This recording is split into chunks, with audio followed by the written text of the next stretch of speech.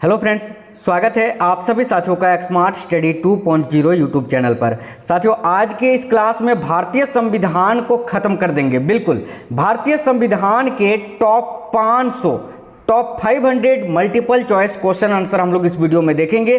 भारतीय संविधान का संपूर्ण निचोड़ आज हम लोग इस क्लास में करने वाले हैं। एक ही वीडियो में आपको पूरे 500 क्वेश्चन करा देंगे। आप किसी भी गवर्नमेंट एग्जाम की तैयारी कर रहे हैं, संविधान से जो क्वेश्चन आपको पूछे जाते हैं पेपर में 100% आपको इसी क्लास से क्वेश्चंस आपके सेंटर में देखने को मिलेंगे। आज इस वीडियो को कंप्लीट देखिएगा, कोई भी क्वेश्चन जो है आपको स्किप नहीं करना है।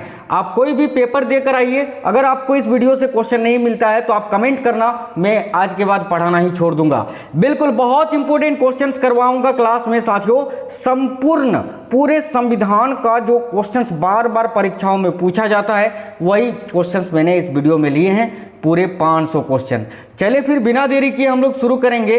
सभी साथी क्लास को एक लाइक जरूर कर देना, क्योंकि साथियों आपके एक लाइक से हमें मोटिवेशन मिलता है। अपने सभी दोस्तों के साथ क्लास को जरूर शेयर करिएगा। और साथियों, आप में से कोई भी साथी नए हैं, चैनल को सब्सक्राइब करके बेल आइकन को क्लिक करके ऑल पे क्लिक कर लेना, इससे आपको सारे क्लासेस की नोटिफिकेशन आएगी। चलिए तो बिना देरी किए हम लोग आगे बढ़ते हैं, देखते हैं क्वेश्चंस। बिल्कुल एसएससी का कोई भी एग्जाम हो, रेलवे का कोई भी एग्जाम हो, MP police, UP police, Bihar police, Delhi police, Rajasthan police, army, navy, GD, सभी प्रकार के स्टेट लेवल परीक्षाओं के लिए महत्वपूर्ण क्लास है। चलिए तो देखते हैं भारतीय संविधान के टॉप 500 क्वेश्चन आंसर आज इसी वीडियो में। चलिएगा देखिएगा, आज का पहला क्वेश्चन है, भारतीय संविधान के किस भाग में मौलिक कर्तव्यों का निर्वाह किया जाता है? बहुत इंपॉर्टेंट क्वेश्चन है। तो देखिए, भारतीय संविधान के किस भाग में मौलिक कर्तव्यों का निर्वाह किया जाता है? तो देखिएगा, राइट आंसर हो जाएगा भाग 4 के ए में। देखिए भाग 4 का जो ए है साथियों, उसमें मौलिक कर्तव्यों के बारे में बताया गया है भारतीय संविधान में। तो राइट आंसर आएगा ऑप्शन नंबर बी, याद रखिएगा। चलिए आज का अगला क्वेश्चन है, निम्नलिखित अनुच्छेदों में से किसमें सहकारी समिति बनाने का अधिकार वर्णित है? तो देखिए इनमें से वो कौन सा अनुच्छेद है जिसमें सहकारी समिति बनाने का अधिकार वर्णित है? तो याद रखिएगा अनुच्छेद 19 का 1 का खंड सी में। ठीक है, अनुच्छेद 19 का 1 का खंड सी में, याद रखिएगा। बिल्कुल करेक्ट आंसर है ऑप्शन नंबर ए। देखिए अनुच्छेद 19 का जो 1 है, इसमें प्रेस की स्वतंत्रता के बारे में बताया गया है। और अनुच्छेद 19 का 1 का जो सी है, इसमें साथियों सहकारी समिति बनाने का अधिकार वर्णित है। क्लियर है? चलिए आज का अगला क्वेश्चन है, भारत के प्रथम उप प्रधानमंत्री का नाम क्या है? तो देखिए भारत के प्रथम उप प्रधानमंत्री का नाम क्या है? तो याद रखिएगा सरदार वल्लभ भाई पटेल। देखिए सरदार वल्लभ भाई पटेल, जिनको जो है साथियों सरदार की उपाधि जो है इनको सन 1928 में दिया गया था। कब? तो बारदोली सत्याग्रह के समय। याद रखिएगा सरदार वल्लभ भाई पटेल को भारत का लौह पुरुष भी कहा जाता है, ये भी आपको याद रखना है। और देखिए ये भारत के प्रथम उप प्रधानमंत्री बने थे। एक चीज आपको याद रखना है कि भारतीय संविधान में उप प्रधानमंत्री पद का उल्लेख नहीं किया गया है। ठीक है, इसीलिए आपको अभी के समय में उप प्रधानमंत्री देखने को नहीं मिलता है। ठीक है, लेकिन पहले उप प्रधानमंत्री बने थे सरदार वल्लभ भाई पटेल, ये आपको याद रखना है। अगला क्वेश्चन है, पंचायती राज ये किस सूची का विषय है? तो देखिए बहुत इंपॉर्टेंट क्वेश्चन है, याद रखिएगा पंचायती राज जो है ये राज्य सूची का विषय है, option number C. Next, Rajya Sabha के सदस्यों की अधिकतम संख्या कितनी है? तो देखिए राज्यसभा के सदस्यों की अधिकतम संख्या क्या है? तो याद रखना 250। बिल्कुल option number C correct answer है। और अगर आपसे लोकसभा सदस्यों के पूछे तो याद रखिएगा 552। नेक्स्ट क्वेश्चन है, यदि भारत के राष्ट्रपति त्यागपत्र देना चाहे तो उन्हें यह त्यागपत्र किसको संबोधित करना होगा? तो देखिए भारत के राष्ट्रपति अपना त्यागपत्र किसको देते हैं? तो उपराष्ट्रपति को। राइट है ऑप्शन नंबर सी उपराष्ट्रपति। नेक्स्ट है, देखिए राष्ट्रपति पूरे देश में या इसके किसी भी हिस्से में अनुच्छेद 352 के तहत राष्ट्रीय आपातकाल किस स्थिति में घोषित कर सकते हैं? यहाँ पर आपको दो चीज़ें याद रखना है कि देखिए किस अनुच्छेद में राष्ट्रीय आपातकाल के बारे में बताया गया है? तो अनुच्छेद 352 में। ठीक है, और किस स्थिति में भारत के राष्ट्रपति पूरे देश या उसके किसी हिस्से में आपातकाल की घोषणा कर सकते हैं? तो देखिए या तो जब बाहरी आक्रमण होता है तब, यानी जब कोई अलग दूसरा देश भारत पर आक्रमण करे तब, और सशस्त्र विद्रोह हो तब। यानी राइट आंसर आएगा ऑप्शन नंबर डी, 1 और 2 दोनों, यानी इन दोनों स्थिति में भारत के राष्ट्रपति अनुच्छेद 352 के तहत राष्ट्रीय आपातकाल की घोषणा कर सकते हैं। अगला क्वेश्चन है, निम्नलिखित में से कौन सी भाषा संविधान की 8वीं अनुसूची में नहीं है? तो यहाँ पर आपको याद होगा, आपने पढ़ा होगा कि संविधान की 8वीं अनुसूची में कुल 22 भाषाओं को शामिल किया गया है, जिसमें संस्कृत भी है, कश्मीरी भी है, नेपाली भी है, लेकिन फारसी नहीं है। तो इस क्वेश्चन का राइट आंसर आएगा ऑप्शन नंबर ए, फारसी। नेक्स्ट है, संविधान सभा की प्रथम बैठक कब हुई थी? तो देखिए, संविधान सभा की प्रथम बैठक कब हुई थी? तो याद रखिएगा 9 दिसंबर 1946 को। एक चीज़ आपको यहाँ और याद रखना है कि संविधान सभा का सबसे पहले विरोध या सबसे ज़्यादा विरोध किसने किया था? तो मुस्लिम लीग ने। ठीक है, नेक्स्ट है, भारतीय संविधान की कौन सी विशेष व्यवस्था इंग्लैंड से ली गई है? तो देखिए, इस क्वेश्चन का करेक्ट आंसर हो जाएगा ऑप्शन नंबर ए, संसदीय प्रणाली। बाकी साथियों, यहाँ पर अगर देखिए संघीय प्रणाली, तो ये तो आपका कनाडा से लिया गया है। मूल अधिकार और सर्वोच्च न्यायपालिका ये यूएसए से, अमेरिका से। ठीक है, और संसदीय प्रणाली ये ब्रिटेन से या इंग्लैंड से। तो option number A correct answer हो जाएगा। अगला है, भारतीय संविधान का कौन सा लक्षण आयरिश संविधान से अनुप्रेरित है? यानी भारतीय संविधान का कौन सा लक्षण है जो आयरलैंड के संविधान से लिया गया है? तो देखिए, राइट आंसर होगा नीति निर्देशक सिद्धांत, राज्य के नीति निर्देशक सिद्धांत, जो कि भारतीय संविधान के अनुच्छेद 36 से 51 में राज्य के नीति निर्देशक तत्वों के बारे में बताया गया है, और संविधान के भाग 4 में, याद रखिएगा। ठीक है, अगला है, भारतीय संविधान का सबसे बड़ा एकाकी स्रोत क्या है? तो देखिए, भारतीय संविधान का सबसे बड़ा एकाकी स्रोत है साथियों गवर्नमेंट ऑफ इंडिया एक्ट 1935, यानी भारत सरकार अधिनियम 1935, याद रखिएगा। राइट है ऑप्शन नंबर डी। नेक्स्ट है, भारत की संघीय व्यवस्था किस देश की संघीय व्यवस्था से अधिक समानता रखती है? तो देखिए, भारत की जो संघीय व्यवस्था है वो किस देश की संघीय व्यवस्था से अधिक समानता रखती है? तो राइट आंसर हो जाएगा कनाडा से। आप बोलोगे सर क्यों? तो भाई, भारत में जो संघीय व्यवस्था है वो तो कनाडा के ही संविधान से लिया गया है ना? तो बिल्कुल कनाडा करेक्ट आंसर हो जाएगा। अगला क्वेश्चन है, भारतीय संविधान में समवर्ती सूची। देखिए, भारतीय संविधान में समवर्ती सूची की अवधारणा किस देश से ली गई है? तो समवर्ती सूची पूछे तो याद रखिएगा ऑस्ट्रेलिया से। ऑप्शन नंबर बी करेक्ट होगा। भारतीय संविधान में मौलिक कर्तव्य का विचार ये किस देश से लिया गया है? तो मौलिक कर्तव्य का विचार ये किस देश से? तो रूस से। यहाँ पर एक चीज़ याद रखिए साथियों, मौलिक कर्तव्य रूस से। और अगर आपसे मूल अधिकार पूछे ना, अधिकार कि मूल अधिकार किस देश से लिया गया है, तो फिर आपका अमेरिका हो जाएगा। ठीक है, याद रखिएगा। चलिए, अगला क्वेश्चन है, भारतीय संविधान में मौलिक अधिकारों का उल्लेख करते हुए निम्नलिखित में से किस देश का अनुसरण किया गया है? तो देखिए, भारतीय संविधान में मौलिक अधिकारों का उल्लेख करते हुए निम्नलिखित में से किस देश का अनुसरण किया गया है? तो जैसे कि मैंने अभी आपको बताया साथियों, किस देश का? अमेरिका का। क्योंकि देखिए, मूल अधिकार या मौलिक अधिकार ये अमेरिका से लिया गया है और मूल कर्तव्य रूस से लिया गया है। ठीक है, आपको पूरा क्लास में आपको क्वेश्चन आंसर याद हो जाएगा साथियों। ठीक है, चलिए देखिएगा, अगला क्वेश्चन है, भारत के संविधान निर्माताओं ने न्यायिक पुनरावलोकन के विचार को कहाँ से ग्रहण किया है? तो याद रखिएगा अमेरिका से। ठीक है, देखिए, न्याय ये कानून संबंधी जो है ये अमेरिका से ही लिया गया है। अगला क्वेश्चन है, भारतीय संविधान में आपात संबंधी उपबंध भारत शासन अधिनियम 1935 और इनमें से किस देश के संविधान से लिया गया है? तो देखिए, भारत में जो आपात स्थिति है, जैसे कि मैंने अभी आपको बताया, अनुच्छेद 352 के तहत राष्ट्रीय आपातकाल, अनुच्छेद 356 के तहत राष्ट्रपति शासन, अनुच्छेद 360 में आपका वित्तीय आपात की घोषणा राष्ट्रपति करते हैं। तो ये आपात संबंधी उपबंध जो है ये साथियों भारत शासन अधिनियम 1935 और किस देश के संविधान से लिया गया है? तो जर्मनी के, याद रखिएगा, जर्मनी के बीमर संविधान से। ऑप्शन नंबर बी करेक्ट है। विधि के समक्ष समता ये किस देश से लिया गया है? तो याद रखिएगा, विधि के समक्ष समता ये इंग्लैंड के संविधान से लिया गया है। राइट है ऑप्शन नंबर ए, इंग्लैंड। अगला है, किसी राज्य में अनुच्छेद 356 के अंतर्गत राष्ट्रपति शासन सामान्यतः अधिकतम कितनी अवधि के लिए लगाया जा सकता है? यानी देखिए, अनुच्छेद 356 के तहत भारत के राष्ट्रपति किसी भी राज्य में राष्ट्रपति शासन लगाते हैं। ठीक है, लगाते हैं, ये आपको पता है, लेकिन ये अधिकतम कितनी अवधि के लिए लगाया जा सकता है? तो अधिकतम 3 वर्ष तक, याद रखिएगा। अगर आपसे न्यूनतम पूछे, न्यूनतम, तो न्यूनतम 6 मंथ यानी 6 महीने तक, कम से कम 6 महीने तक, और अधिकतम आपका हो गया 3 वर्ष, याद रखिएगा। अगला है, संविधान का अनुच्छेद 360 किसका प्रावधान करता है? मैंने अभी आपको बताया साथियों कि अनुच्छेद 360 जो है ये किसका प्रावधान करता है? तो वित्तीय आपात वित्तीय आपात स्थिति लागू करने का, तो राइट है ऑप्शन नंबर ए।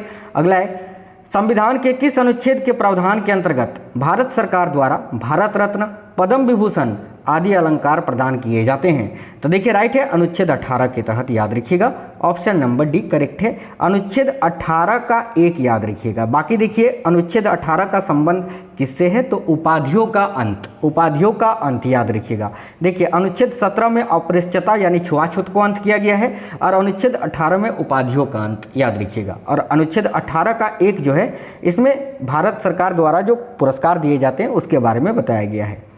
भारत के प्रथम राष्ट्रपति कौन थे? ये क्वेश्चन यार मैंने आप लोगों के लिए केवल कमेंट करने के लिए ऐड किया है। आप लोग सभी साथी इस क्वेश्चन का आंसर बताइए, देखते हैं कितनों को पता है। चलिए सभी लोग आंसर कर दीजिए कि भारत के प्रथम राष्ट्रपति कौन थे। इस क्वेश्चन का आंसर आपको कमेंट बॉक्स में कमेंट कर देना है, तो सभी लोग कमेंट कर दीजिए। अगला क्वेश्चन है संविधान निर्माण कार्य में कुल व्यय कितना हुआ था? यानी संविधान के निर्माण में कुल कितने पैसों का खर्चा हुआ था? तो देखिए करेक्ट आंसर हो जाएगा, याद रखिएगा 63,96,729 रुपया, है ना, 63,96,729 रुपये का। और अभी के समय में अगर होता तो ये करोड़ों में हो जाता। चलिए ऑप्शन नंबर ए करेक्ट है। अगला क्वेश्चन है संविधान सभा के स्थायी अध्यक्ष के रूप में किसे निर्वाचित किया गया था? तो देखिए राइट आंसर है डॉक्टर राजेंद्र प्रसाद को, याद रखिएगा, ठीक है। और अस्थायी अध्यक्ष आपको पता ही है डॉक्टर सच्चिदानंद सिन्हा जी को।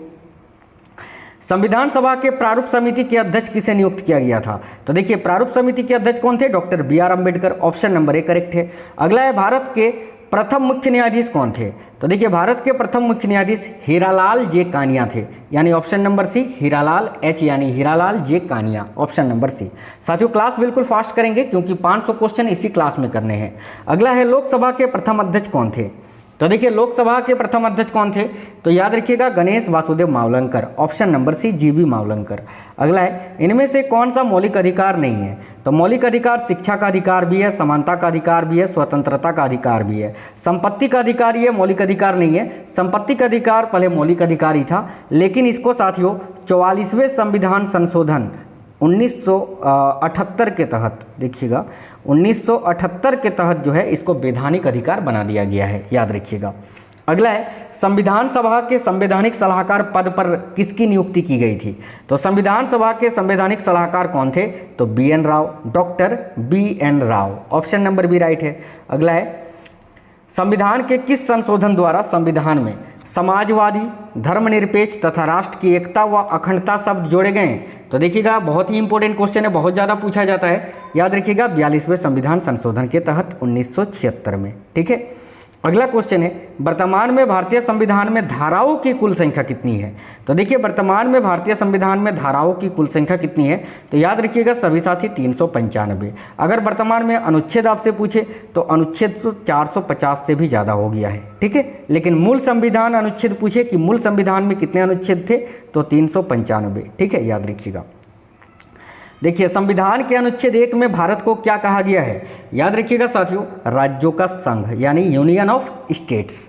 अगला क्वेश्चन है भारतीय संविधान के किन अनुच्छेदों में नागरिकता संबंधी प्रावधान है? तो देखिए भारतीय संविधान का वो कौन सा अनुच्छेद है जिसमें नागरिकता संबंधी प्रावधान किया गया है? तो अनुच्छेद 5 से 11 में, ऑप्शन नंबर बी।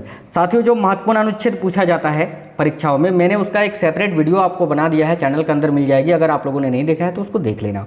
अगला क्वेश्चन है निम्न में से किन अनुच्छेदों द्वारा भारतीय संविधान नागरिकों को मूल अधिकार निश्चितता प्रदान करता है? तो देखिए करेक्ट आंसर हो जाएगा, याद रखिएगा अनुच्छेद 1235 में साथियों मूल अधिकार के बारे में बताया गया है, जो कि अमेरिका के संविधान से लिया गया है, याद रखिएगा अनुच्छेद 12 से 35 तक। अगला है भारतीय संविधान के किस अनुच्छेद के अंतर्गत भाषण एवं अभिव्यक्ति की स्वतंत्रता के अधिकार की गारंटी दी गई है? तो याद रखिएगा अनुच्छेद 19 में। कोई भी नेता जो भाषण देता है ना, उसकी स्वतंत्रता के बारे में अनुच्छेद 19 में बताया गया है। और यहीं पर अनुच्छेद 19 का एक पूछे तो प्रेस की स्वतंत्रता, याद रखिएगा। अगला है भारतीय संविधान के किस अनुच्छेद में प्रेस की स्वतंत्रता दी गई है? देखिए क्वेश्चन आ भी गया, तो याद रखिएगा अनुच्छेद 19 का खंड 1, ऑप्शन नंबर डी करेक्ट है। भारतीय संविधान के किस अनुच्छेद में अल्पसंख्यकों के हितों के संरक्षण की व्यवस्था की गई है? तो साथियों देखिएगा राइट आंसर है अनुच्छेद 29 में, ऑप्शन नंबर बी। अगला है भारतीय संविधान के किन अनुच्छेदों में राज्य के नीति निर्देशक तत्वों का उल्लेख है? तो याद रखिएगा साथियों अनुच्छेद 36 से 51 में। और मैंने अभी आपको बताया कि भाग 2004 में। ठीक है, अगला क्वेश्चन है, भारतीय संविधान के किस भाग को उसकी आत्मा की आख्या प्रदान की गई है? तो भारतीय संविधान के किस भाग को उसकी आत्मा का प्रधान या आत्मा की आख्या प्रदान की गई है? तो याद रखिएगा प्रस्तावना को, भारतीय संविधान की प्रस्तावना को। अगला है, भारत एक किस प्रकार का राष्ट्र है? तो देखिए भारत एक धर्मनिरपेक्ष राष्ट्र है साथियों। ऑप्शन नंबर 1 करेक्ट है, क्योंकि भारत कोई भी एक निश्चित धर्म का अनुपालन नहीं करता है। भारत में सभी धर्मों को स्वतंत्रता दी गई है। अगला क्वेश्चन है, भारत की संप्रभुता किसमें निहित है? तो देखिए राइट आंसर हो जाएगा साथियों भारत की जनता में। ऑप्शन नंबर डी याद रखिएगा। अगला क्वेश्चन है, भारतीय संविधान को संविधान सभा द्वारा अंगीकृत किया गया था कब? तो देखिए भारतीय संविधान को संविधान सभा द्वारा कब अंगीकृत यानी अपनाया गया था? तो 26 नवंबर 1949 को, और इसी दिन संविधान बनकर तैयार भी हुआ था 26 नवंबर 1949 को। इसीलिए 26 नवंबर को संविधान दिवस मनाया जाता है, या विधि दिवस भी 26 नवंबर को ही मनाया जाता है, या तो कानून दिवस भी आप बोल सकते हैं। ठीक है, चलिए एक चीज़ आपको और यहाँ याद रखना है कि भारतीय संविधान को कब अपनाया गया था? तो 26 जनवरी 1950 को। ठीक है, चलिएगा अगला क्वेश्चन है, किस वर्ष भारत एक प्रभुत्व संपन्न प्रजातांत्रिक गणराज्य बना?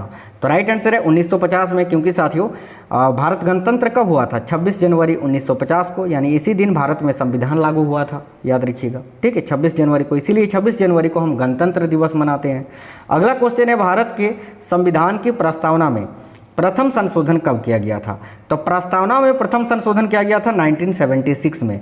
और वैसे अगर आपसे पूछे कि संविधान में पहली बार संशोधन कब हुआ था? तो 1951 में, याद रखिएगा। प्रस्तावना में पूछे तो 1976 में। अगला क्वेश्चन है, भारतीय संविधान की उद्देशिका में परिवर्तन किस संशोधन अधिनियम में किए गए थे? तो एक ही बार ये उद्देशिका में परिवर्तन किया गया था, कब? तो देखिए राइट आंसर है 42वां संविधान संशोधन 1976 में। Option number C. अगला है, विश्व का सबसे बड़ा लिखित एवं सर्वाधिक व्यापक संविधान किस देश का है? तो साथियों भारत का। और एक चीज़ याद रखना, अगर आपसे पूछे कि वह पहला देश कौन सा है जिसने सबसे पहले लिखित संविधान दिया था? तो अमेरिका। लेकिन सबसे बड़ा पूछे तो भारत। देखिए भारतीय राजनीतिक व्यवस्था में इनमें से कौन सर्वोच्च है? तो साथियों भारत के राजनीतिक व्यवस्था में सबसे सर्वोच्च संविधान है। ऑप्शन नंबर बी संविधान करेक्ट आंसर होगा। अगला है, भारतीय संविधान का अभिभावक कौन है? तो देखिए भारतीय संविधान का रक्षा कौन करता है? सर्वोच्च न्यायालय, यानी करेक्ट आंसर क्या हो जाएगा? Option number C. अगला है, भारत में वयस्क मताधिकार की उम्र सीमा क्या है? तो भारत में जो वोट देने का अधिकार है उसकी आयु सीमा क्या है? तो 18 वर्ष। पहले 21 वर्ष था, लेकिन इसको हटाकर 18 वर्ष कर दिया गया है। ऑप्शन नंबर ए करेक्ट हो जाएगा। भारतीय संविधान को कितने भागों में विभाजित किया गया है? तो वर्तमान में भारतीय संविधान के 25 भाग हैं। Option number C. याद रखना, मूल संविधान में 22 भाग था, लेकिन अभी वर्तमान में ये 25 भाग हो गया है। अगला है, संविधान के किस भाग में संविधान संशोधन की प्रक्रिया का उल्लेख किया गया है? तो संविधान में संशोधन की प्रक्रिया का उल्लेख संविधान के किस भाग में किया गया है? तो भाग 20 में। अनुच्छेद पूछे तो अनुच्छेद 368 में। और ये किस देश के संविधान से लिया गया है? अगर ये पूछे तो साउथ अफ्रीका, याद रखिएगा। ठीक है, चलिएगा आज का अगला क्वेश्चन है, संविधान के किस भाग में पंचायती राज व्यवस्था संबंधी प्रावधान किए गए हैं? तो याद रखिएगा भाग 9 में।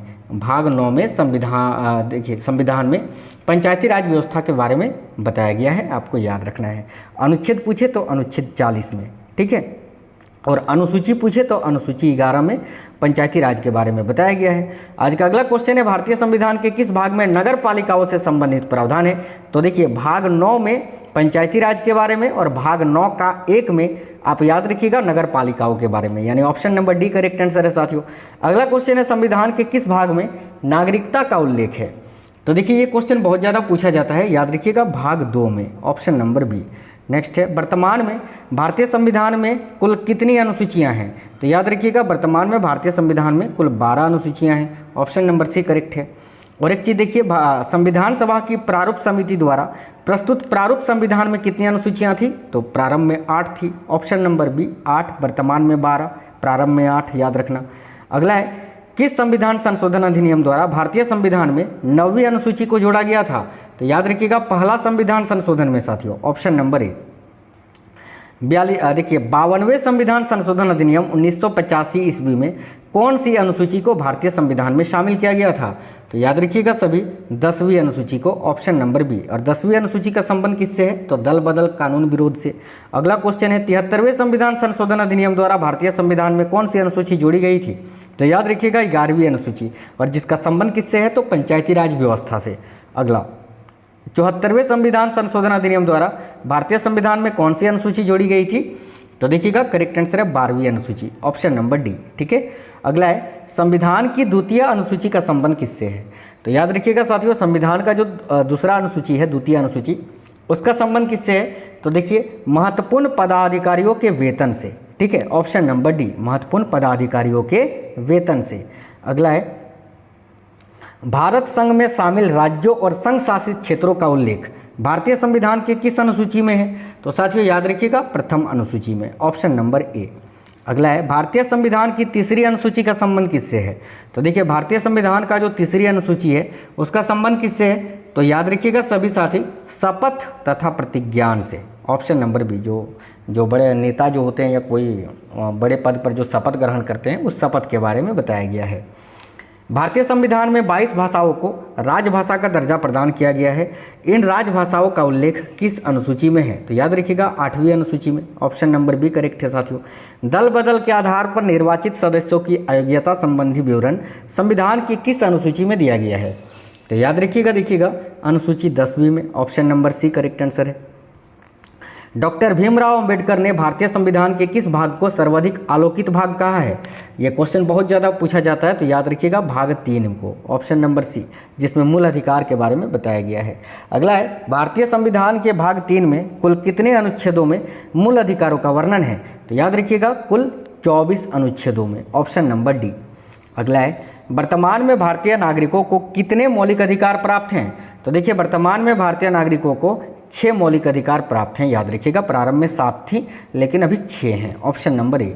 अगला है भारतीय संविधान में न्यायालय में कौन परिवर्तनीय है? तो देखिए भारतीय संविधान में न्यायालय में कौन परिवर्तनीय है? तो याद रखिएगा सभी साथी मूल अधिकार, ऑप्शन नंबर डी, जो कि अमेरिका के संविधान से लिया गया है। मौलिक अधिकारों का निलंबन कौन कर सकता है? तो देखिए मौलिक अधिकारों का निलंबन करने का अधिकार वो भारत के राष्ट्रपति के पास है, ऑप्शन नंबर सी राष्ट्रपति।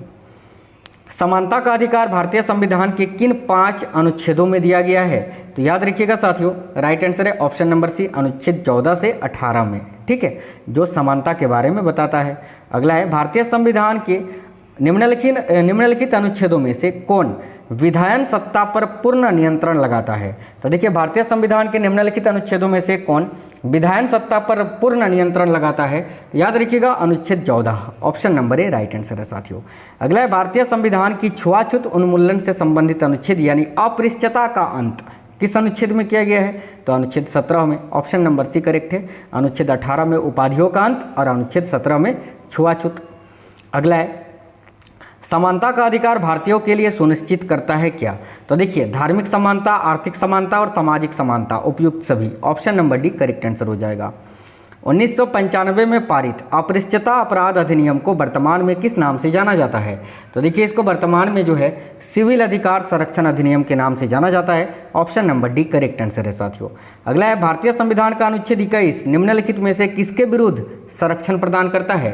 तो याद रखिएगा कार्यपालिका तथा विधायिका दोनों के विरुद्ध, option number D correct answer है। अगला क्वेश्चन है निम्नलिखित में से कौन मौलिक अधिकार नहीं है? तो देखिए मौलिक अधिकार बोलने का अधिकार बिल्कुल, व्यवसाय का अधिकार ये भी मौलिक अधिकार है, धर्म का अधिकार ये भी मौलिक अधिकार है, लेकिन हड़ताल पर जाने का अधिकार ये मौलिक अधिकार नहीं है, तो option number C right answer होगा। संविधान के किन अनुच्छेदों में शोषण के विरुद्ध अधिकार वर्णित है? तो देखिए ऑप्शन नंबर सी राइट होगा, अनुच्छेद 23 और 24 में। अनुच्छेद 23 में मानव तस्करी के बारे में बताया गया है और अनुच्छेद 24 में बाल श्रम का निषेध किया गया है। अनुच्छेद 24 में यह बताया गया है कि 14 वर्ष से कम आयु के बच्चों को आप कारखानों पर काम पर नहीं लगा सकते हैं। देखिए कारखानों अथवा खानों में कोई व्यक्ति नियुक्त नहीं किया जा सकता जब तक उसकी आयु कम से कम कितनी ना हो? अभी मैंने बताया आपको 14 वर्ष, कम से कम 14 वर्ष जब तक ना हो तब तक आप किसी भी व्यक्ति को कारखानों पर काम पर नहीं लगा सकते हैं। अगला है धार्मिक स्वतंत्रता का अधिकार संविधान के किन अनुच्छेद में वर्णित है? तो देखिए राइट आंसर हो जाएगा, याद रखिएगा अनुच्छेद 25 से 28 में, ऑप्शन नंबर डी। संविधान के किस अनुच्छेद द्वारा सिखों द्वारा कृपान धारण करना धार्मिक स्वतंत्रता का अंग माना गया है? याद रखिएगा अनुच्छेद 25 में, ऑप्शन नंबर बी। भारतीय संविधान के किस अनुच्छेद में संवैधानिक उपचारों का अधिकार दिया गया है? तो साथियों संवैधानिक उपचारों का अधिकार ये किस अनुच्छेद में है? तो अनुच्छेद 32 में, याद रखना, ऑप्शन नंबर सी। निम्नलिखित मौलिक अधिकारों में से किसे डॉक्टर बी.आर. अम्बेडकर ने संविधान के हृदय एवं आत्मा की संज्ञा दी? तो याद रखिएगा सभी संवैधानिक उपचारों के अधिकार को, ऑप्शन नंबर बी।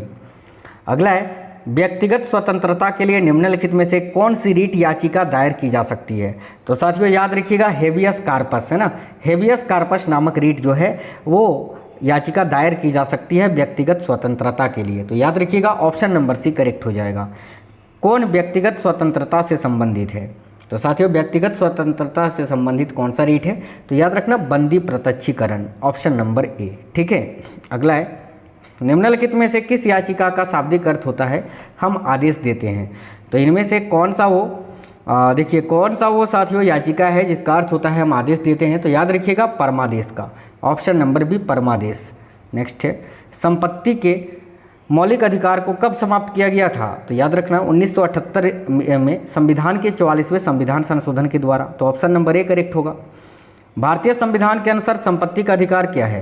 तो देखिए भारतीय संविधान के अनुसार संपत्ति का अधिकार जो है वो क्या है? तो याद रखिएगा विधिक अधिकार, ऑप्शन नंबर बी करेक्ट है साथियों। मत देने का अधिकार होता है क्या? देखिए मत देने का अधिकार ये किस प्रकार का अधिकार है? तो एक नागरिक अधिकार है, ऑप्शन नंबर बी करेक्ट होगा।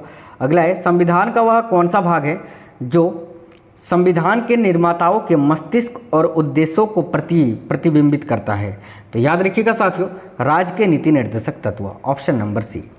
राज्य के नीति निर्देशक तत्वों में निम्नलिखित में से किन किन प्रकार के सिद्धांत जो है वो अंतर्निहित हैं? तो देखिएगा करेक्ट आंसर क्या हो जाएगा? तो आर्थिक सिद्धांत, सामाजिक सिद्धांत और प्रशासनिक सिद्धांत, यानी राइट है उपयुक्त सभी, ऑप्शन नंबर डी। भारत के किस राज्य में समान नागरिक संहिता लागू है? तो याद रखिएगा गोवा में साथियों, जो भारत का 25वां राज्य है। ठीक है, अगला क्वेश्चन है राज्य के नीति निर्देशक सिद्धांतों के अनुसार किस आयु तक के बच्चों को निःशुल्क एवं अनिवार्य शिक्षा देने की आशा की जाती है? तो याद रखना 14 वर्ष तक की आयु के बच्चों को, ऑप्शन नंबर ए। अगला है समान न्याय और निःशुल्क विधि सहायता का प्रावधान संविधान के किस अनुच्छेद में है? तो साथियों याद रखिएगा अनुच्छेद 39 का ए में, ऑप्शन नंबर बी। देखिए भारतीय नागरिकों के लिए एक समान सिविल संहिता प्राप्त करने की बात कही गई है किस अनुच्छेद में? तो देखिए भारतीय नागरिकों के लिए एक समान सिविल संहिता प्राप्त करने की बात कही गई है अनुच्छेद 44 में, option number B correct answer है। संविधान के किस अनुच्छेद में न्यायपालिका का कार्यपालिका से पृथक्करण का उल्लेख मिलता है? तो याद रखिएगा साथियों अनुच्छेद 50 में। ठीक है, आर्टिकल 50, ऑप्शन नंबर डी।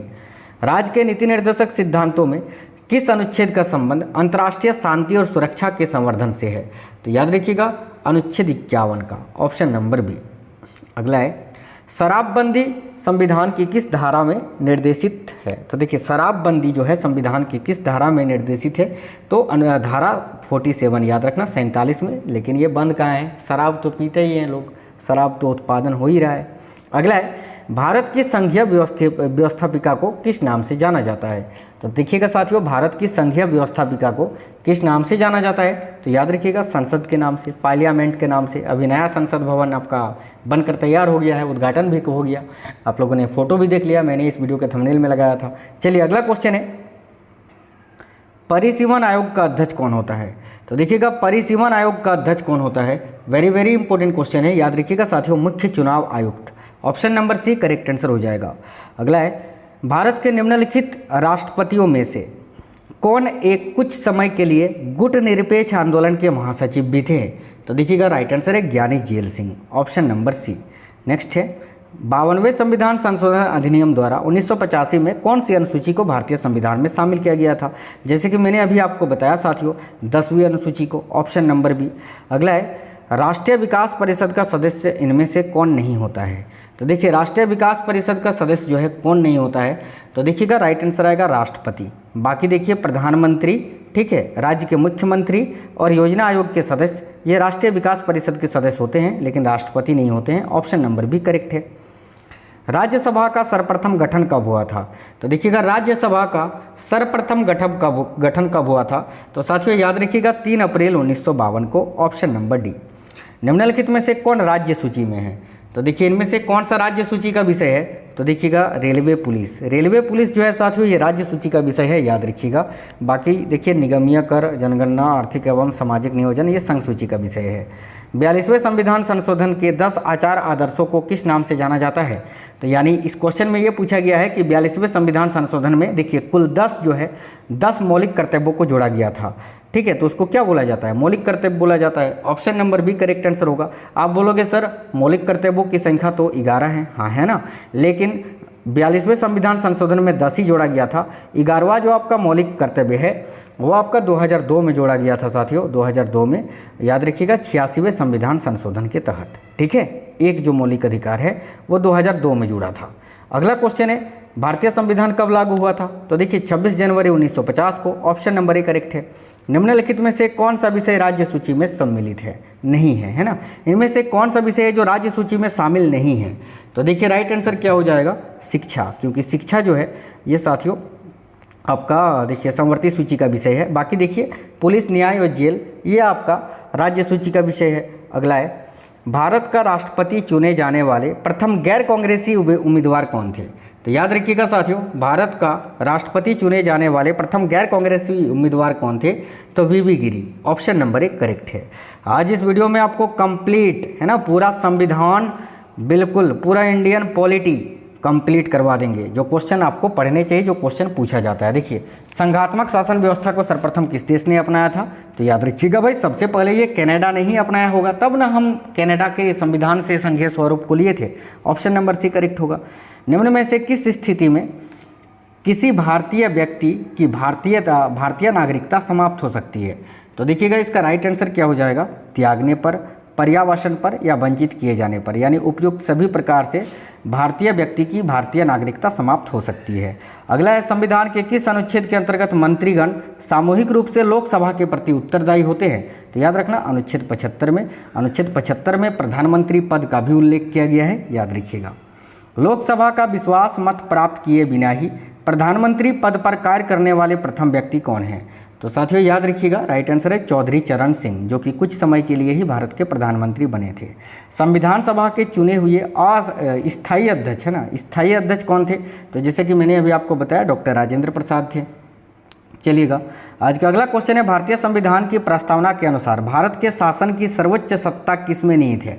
तो याद रखिएगा भारत के राष्ट्रपति में। ऑप्शन नंबर 1 करेक्ट है। माफ करना भारत के राष्ट्रपति में ना, तो option number C correct answer हो जाएगा, याद रखिएगा। चलिए देखिए एक सेकंड साथियों, देखिए भारतीय संविधान की प्रस्तावना के अनुसार भारत के शासन की सर्वोच्च सत्ता ये किस में निहित होगी? तो जनता में, है ना। माफी चाहते हैं, देखिए ऑप्शन नंबर 1 करेक्ट आंसर हो जाएगा, याद रखिएगा जनता में। चलिए अगला क्वेश्चन है प्रधानमंत्री को उसके पद की गोपनीयता की शपथ कौन दिलवाता है? तो देखिए राइट आंसर होगा भारत के राष्ट्रपति। Option number 1। इसका प्रावधान अनुच्छेद 75 में किया गया है, ठीक है। अगला क्वेश्चन है BR अम्बेडकर का संविधान सभा में निर्वाचन हुआ था कहाँ से? तो देखिए बाबा साहेब अम्बेडकर का कहाँ से चुनाव हुआ था साथियों?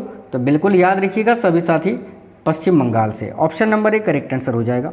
अगला है कौन सा राज्य सबसे अधिक प्रतिनिधि लोकसभा में भेजता है? तो करेक्ट आंसर है उत्तर प्रदेश। भाई उत्तर प्रदेश की जनसंख्या भी सबसे अधिक है।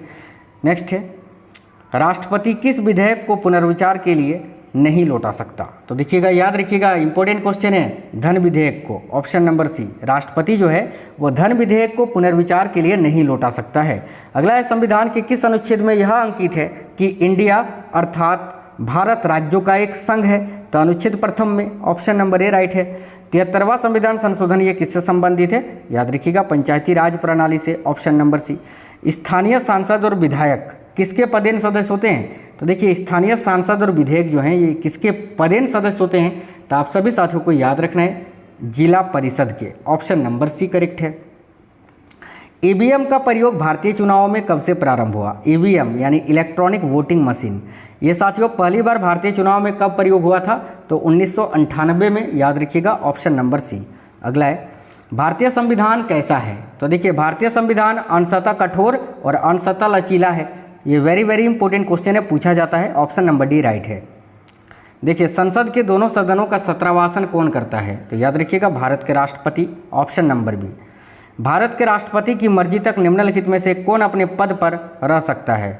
तो याद रखिएगा साथियों, भारत के राष्ट्रपति की मर्जी तक भारत के जो राज्यपाल हैं वो अपने पद पर रह सकते हैं। ऑप्शन नंबर सी करेक्ट है। किसी संसद सदस्य की अयोग्यता के संदर्भ में निर्णय कौन लेता है? तो देखिए इंपॉर्टेंट क्वेश्चन है, किसी संसद सदस्य की अयोग्यता के संदर्भ में निर्णय कौन लेता है? तो याद रखिएगा राष्ट्रपति, ऑप्शन नंबर सी। अगला है, शेतकारी संगठन नामक कृषक संगठन किस राज्य की राजनीति में महत्वपूर्ण भूमिका निभाता है? तो साथियों याद रखिएगा महाराष्ट्र की राजनीति में। देखिए शेतकारी संगठन नामक कृषक संगठन किस राज्य की राजनीति में महत्वपूर्ण भूमिका निभाता है? तो महाराष्ट्र राज्य की, याद रखिएगा। संविधान, भारतीय संविधान में राज्य के नीति निर्देशक तत्वों की संकल्पना किस देश के संविधान पर आधारित है? तो बिल्कुल आयरलैंड के संविधान पर। मैंने आयरिश बताया था, आयरिश यानी आयरलैंड ही, याद रखिएगा।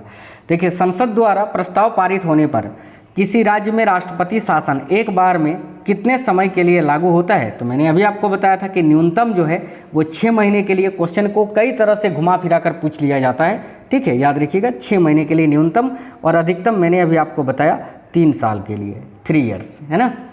चलिए नेक्स्ट क्वेश्चन है, वित्त बिल के लिए किसकी पूर्व स्वीकृति आवश्यक है? तो वित्त बिल के लिए सबसे पहले स्वीकृति ली जाती है भारत के राष्ट्रपति की। Option number C correct answer होगा। देखिए मंत्रिपरिषद के सदस्यों को पद की गोपनीयता की शपथ कौन दिलवाता है? तो याद रखिएगा साथियों भारत के राष्ट्रपति, ऑप्शन नंबर ए। अगला है, न्यायिक पुनर्विलोकन का अधिकार ये किसे है? तो न्यायिक पुनर्विलोकन का अधिकार किसको दिया गया है? तो साथियों उच्चतम न्यायालय को, याद रखना, ऑप्शन नंबर बी। अगला है, देखिए किस संशोधन से समाजवादी, धर्मनिरपेक्षता तथा राष्ट्र की एकता एवं अखंडता शब्द भारतीय संविधान में जोड़े गए थे? तो याद रखना 42वां संविधान संशोधन। साथियों 42वें संविधान संशोधन से बहुत ज़्यादा क्वेश्चन पूछा जाता है, याद रखिएगा सभी साथी, ठीक है। चलिए ये भी तो आपको पता चल ही गया कि वर्तमान समय में भारतीय संविधान के अंतर्गत संपत्ति का अधिकार एक वैधानिक अधिकार है, राइट है, ऑप्शन नंबर बी साथियों, याद रखिएगा। नेक्स्ट है, कौन व्यक्तिगत स्वतंत्रता से संबंधित है? तो देखिए व्यक्तिगत स्वतंत्रता से संबंधित है बंदी प्रत्यक्षीकरण, करेक्ट आएगा ऑप्शन नंबर ए, बंदी प्रत्यक्षीकरण। अगला है, राज्यसभा में राज्यों का प्रतिनिधित्व किस बात पर निर्भर करता है? तो देखिएगा राज्यसभा में राज्यों का प्रतिनिधित्व ये किस बात पर निर्भर करता है? तो याद रखिएगा सभी साथी, वेरी वेरी इंपॉर्टेंट क्वेश्चन है, राज्य की जनसंख्या पर, ऑप्शन नंबर बी। अगला है, संसद के किसी भी सदन के 2 सत्रों के बीच अंतराल किससे अधिक नहीं होना चाहिए? तो याद रखना 6 महीने से अधिक नहीं होना चाहिए, यानी 1 साल में कम से कम 2 बार जो है ये जो है संसद में सत्र होने ही चाहिए। अगला है, संविधान के किस अनुच्छेद द्वारा संसद की संयुक्त बैठक का प्रावधान किया गया है? तो याद रखिएगा संविधान के किस अनुच्छेद के द्वारा? तो अनुच्छेद 108 के द्वारा संयुक्त बैठक का प्रावधान किया गया है, और जब संसद के संयुक्त बैठक की जाती है तो उसकी अध्यक्षता लोकसभा अध्यक्ष ही करता है, ये आपको याद रखना है। नेक्स्ट है, लोकसभा का नेता कौन होता है? तो देखिए लोकसभा का नेता कौन होता है? प्रधानमंत्री होते हैं, ऑप्शन नंबर बी करेक्ट है, प्रधानमंत्री, ठीक है। अगला है, भारतीय संविधान की प्रस्तावना में देश का कौन सा नाम उल्लेखित है? तो याद रखिए भारत और इंडिया, ऑप्शन नंबर सी। अगला क्वेश्चन है, देखिए निम्नलिखित में से किस प्रधानमंत्री ने अपने कार्यकाल के दौरान संसद का सामना नहीं किया? तो करेक्ट है चौधरी चरण सिंह, ऑप्शन नंबर सी। मैंने बताया आपको कुछ समय के लिए ही ये जो है भारत के प्रधानमंत्री बने थे। क्या भारत का नियंत्रक एवं महालेखा परीक्षक पद ग्रहण के पूर्व शपथ लेता है? तो बिल्कुल हाँ लेता है ना, ऑप्शन नंबर ए करेक्ट है, भारत के राष्ट्रपति इसकी नियुक्ति करते हैं, यानी भारत के राष्ट्रपति जो है शपथ दिलवाते हैं। अगला है, निम्नलिखित में से कौन किसी राज्य का क्षेत्र घटा या बढ़ा सकता है? तो देखिए निम्नलिखित में से कौन किसी राज्य का क्षेत्र घटा या बढ़ा सकता है? तो याद रखिएगा संसद, पार्लियामेंट। अगला है, लोक लेखा समिति में लोकसभा एवं राज्यसभा के क्रमशः कितने कितने सदस्य होते हैं? तो याद रखिएगा साथियों 22, ऑप्शन नंबर बी करेक्ट है। क्षेत्रफल की दृष्टि से देश का सबसे छोटा लोकसभा निर्वाचन क्षेत्र कौन सा है? तो याद रखिएगा करेक्ट आंसर हो जाएगा Lakshadweep, option number D. Next है, लोकसभा के सुरक्षित निर्वाचन क्षेत्र निम्न में से किस वर्ग के लिए नहीं है? तो देखिएगा लोकसभा के सुरक्षित निर्वाचन क्षेत्र निम्न में से किस वर्ग के लिए नहीं है? तो याद रखिएगा पिछड़ा वर्ग के लिए, ऑप्शन नंबर सी। भारत के किस एकमात्र संघ राज्य क्षेत्र का अपना उच्च न्यायालय है? तो साथियों देखिए भारत के किस एकमात्र संघ राज्य क्षेत्र का अपना उच्च न्यायालय है? तो याद रखिएगा दिल्ली का, ऑप्शन नंबर डी, यानी भारत का एकमात्र केंद्र शासित प्रदेश जिसका अपना उच्च न्यायालय है वह है साथियों दिल्ली, ठीक है। अगला क्वेश्चन है, देखिए संघ शासित क्षेत्रों के लिए प्रशासकों की नियुक्ति कौन करता है? तो देखिएगा, याद रखिएगा, संघ शासित क्षेत्रों के लिए प्रशासकों की नियुक्ति कौन करते हैं? तो भारत के राष्ट्रपति, ऑप्शन नंबर ए।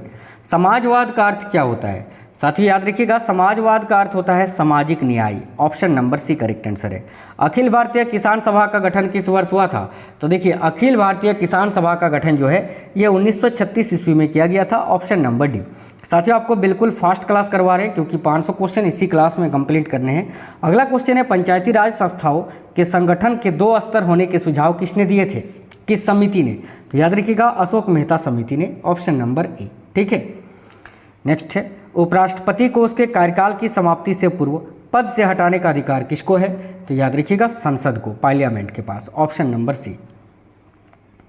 देखिए लोकसभा द्वारा पारित धन विधेयक राज्यसभा को प्राप्त होने के कितने दिनों के भीतर लोकसभा को वापस लौटाना पड़ता है? याद रखिएगा 14 दिनों के भीतर। नेक्स्ट है, सरकारिया आयोग ये किससे संबंधित है? तो साथियों देखिए सरकारिया आयोग का संबंध किससे है? याद रखिए केंद्र राज्य संबंधों से, ऑप्शन नंबर डी। ठीक है, देखिए भारतीय संविधान में संशोधन की प्रक्रिया किस देश के संविधान से प्रभावित है? याद रखिएगा साथियों दक्षिण अफ्रीका से, जिसका प्रावधान अनुच्छेद 368 में किया गया है। ठीक है, चलिएगा आज का अगला क्वेश्चन है, समान न्याय और निःशुल्क विधि सहायता का प्रावधान संविधान के किस अनुच्छेद में है? तो अनुच्छेद 39 का ए में किया गया है। नेक्स्ट है, मुख्य न्यायाधीश की अनुपस्थिति में राष्ट्रपति किसके समक्ष शपथ लेता है? यानी देखिए राष्ट्रपति को शपथ कौन दिलवाता है? तो मुख्य न्यायाधीश। अब जब मुख्य न्यायाधीश अनुपस्थित यानी उपस्थित नहीं होते हैं तो उनको शपथ कौन दिलवाता है? तो याद रखिएगा सर्वोच्च न्यायालय का कोई वरिष्ठ न्यायाधीश, option number D correct answer हो जाएगा। आज का अगला क्वेश्चन है, भारत का राष्ट्रपति किस प्रकार के आपातकाल की उद्घोषणा कर सकता है? तो देखिएगा भारत के जो राष्ट्रपति हैं साथियों, राष्ट्रीय आपातकाल, राजकीय संवैधानिक आपातकाल और वित्तीय आपातकाल, इनमें से सभी प्रकार की आपातकाल की उद्घोषणा कर सकते हैं। ठीक है, अगला क्वेश्चन है, संविधान के किस अनुच्छेद में हिंदी भाषा के विकास का निर्देश दिया गया है? तो याद रखना अनुच्छेद 343 में, ऑप्शन नंबर सी। भारतीय संविधान के किस अनुच्छेद के अंतर्गत वित्त आयोग के गठन का प्रावधान है? तो देखिएगा याद रखिएगा अनुच्छेद 280 के अंतर्गत वित्त आयोग का गठन किया गया है। अगला है, डोगरी भाषा किस राज्य में बोली जाती है? तो याद रखिएगा डोगरी भाषा जो कि जम्मू कश्मीर में बोली जाती है, ऑप्शन नंबर ए। अगला क्वेश्चन है, भारत के संपरीक्षा एवं लेखा प्रणालियों का प्रधान कौन होता है? तो साथियों देखिए भारत के संपरीक्षा एवं लेखा प्रणालियों का प्रधान कौन होता है? तो भारत का नियंत्रक एवं महालेखा परीक्षक। नेक्स्ट है, लोकसभा को उसके कार्यकाल की समाप्ति के पूर्व भी भंग किया जा सकता है, किसके द्वारा? तो याद रखिएगा राइट आंसर है राष्ट्रपति के द्वारा मंत्री परिषद की सलाह पर, option number C correct answer है साथियों। नेक्स्ट क्वेश्चन है, भारत के संविधान में प्रथम संशोधन अधिनियम कब बना था? यानी भारत के संविधान में प्रथम बार संशोधन कब किया गया था? तो 1951 में। और अभी मैंने आपको बताया साथियों कि प्रस्तावना में पहली बार संशोधन कब किया गया था? तो 1976 में। चलिए नेक्स्ट क्वेश्चन है, प्रधानमंत्री की नियुक्ति राष्ट्रपति करता है, यह अनुच्छेद किस अनुच्छेद में वर्णित है? तो याद रखना अनुच्छेद 75 में, ऑप्शन नंबर सी। अविश्वास प्रस्ताव किस सदन में लाया जाता है? तो देखिएगा अविश्वास प्रस्ताव जो है ये साथियों हमेशा लोकसभा में पेश किया जाता है, ऑप्शन नंबर ए लोकसभा करेक्ट आंसर हो जाएगा। निम्नलिखित में से किस संघ शासित क्षेत्र के प्रशासक को प्रशासक कहा जाता है? तो याद रखिएगा राइट आंसर हो जाएगा लक्षद्वीप के, ऑप्शन नंबर ए लक्षद्वीप। राज्यसभा के लिए नामित प्रथम फिल्म अभिनेत्री कौन थी? तो राइट आंसर है Nargis Dutt, option number A. Next question है, राज्यसभा के उपसभापति का निर्वाचन कौन करता है? तो देखिए राज्यसभा के उपसभापति का निर्वाचन जो है वो राज्यसभा के सदस्यों के द्वारा किया जाता है, option number B correct answer हो जाएगा। नेक्स्ट है, किसी विधि के प्रश्न पर सर्वोच्च न्यायालय से परामर्श लेने का अधिकार किसको है?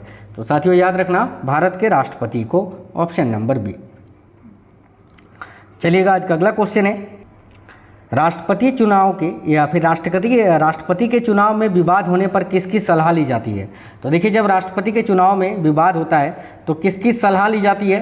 साथियों याद रखिएगा सर्वोच्च न्यायालय की, option number C correct answer है। अगला क्वेश्चन है, लोकसभा में अनुसूचित जाति एवं जनजाति के लिए सीटों का आरक्षण संविधान के किस अनुच्छेद में उपबंधित है? तो देखिए राइट आंसर है अनुच्छेद 330 में, ऑप्शन नंबर सी। अंडमान एवं निकोबार द्वीप समूह किस उच्च न्यायालय के क्षेत्राधिकार में आते हैं? तो याद रखना साथियों कलकत्ता उच्च न्यायालय के क्षेत्राधिकार में, यानी अंडमान निकोबार का जो उच्च न्यायालय है वो कलकत्ता उच्च न्यायालय में ही पड़ता है, याद रखना। अगला क्वेश्चन है, देखिए विधान परिषद की एक वर्ष में कम से कम कितनी बैठकें होना अनिवार्य हैं, तो याद रखिएगा कम से कम 2। ठीक है। अगला है किसकी अनुमति के बिना राज्य की विधानसभा में कोई धन विधेयक पेश नहीं किया जा सकता है, तो याद रखिएगा साथियों राज्यपाल की अनुमति के बिना, ऑप्शन नंबर ए। अगला क्वेश्चन है 2 अवधि के लिए भारत के राष्ट्रपति कौन थे, यानी लगातार जो है दूसरी बार भारत के राष्ट्रपति कौन बने थे, तो याद रखिएगा साथियों doctor Rajendra Prasad, option number B, जो कि भारत के पहले राष्ट्रपति भी थे। संसदीय शासन प्रणाली सर्वप्रथम किस देश में विकसित हुई थी, तो भाई सबसे पहले जो है ब्रिटेन में विकसित हुई थी, तब ना हम भारत ने इसको अपनाए थे। चलिए अगला क्वेश्चन है कितने वर्षों तक लगातार बाहर रहने पर नागरिकता समाप्त हो जाती है, तो याद रखिएगा 7 वर्षों तक, option number C. Next question है राष्ट्रपति पद के उम्मीदवार के लिए अधिकतम आयु सीमा कितनी होनी चाहिए, तो याद रखना राष्ट्रपति पद के उम्मीदवार के लिए अधिकतम कोई भी आयु सीमा नहीं होती है। हाँ, न्यूनतम आयु सीमा होती है, न्यूनतम 35 वर्ष होना चाहिए, लेकिन अधिकतम कोई भी आयु सीमा नहीं है।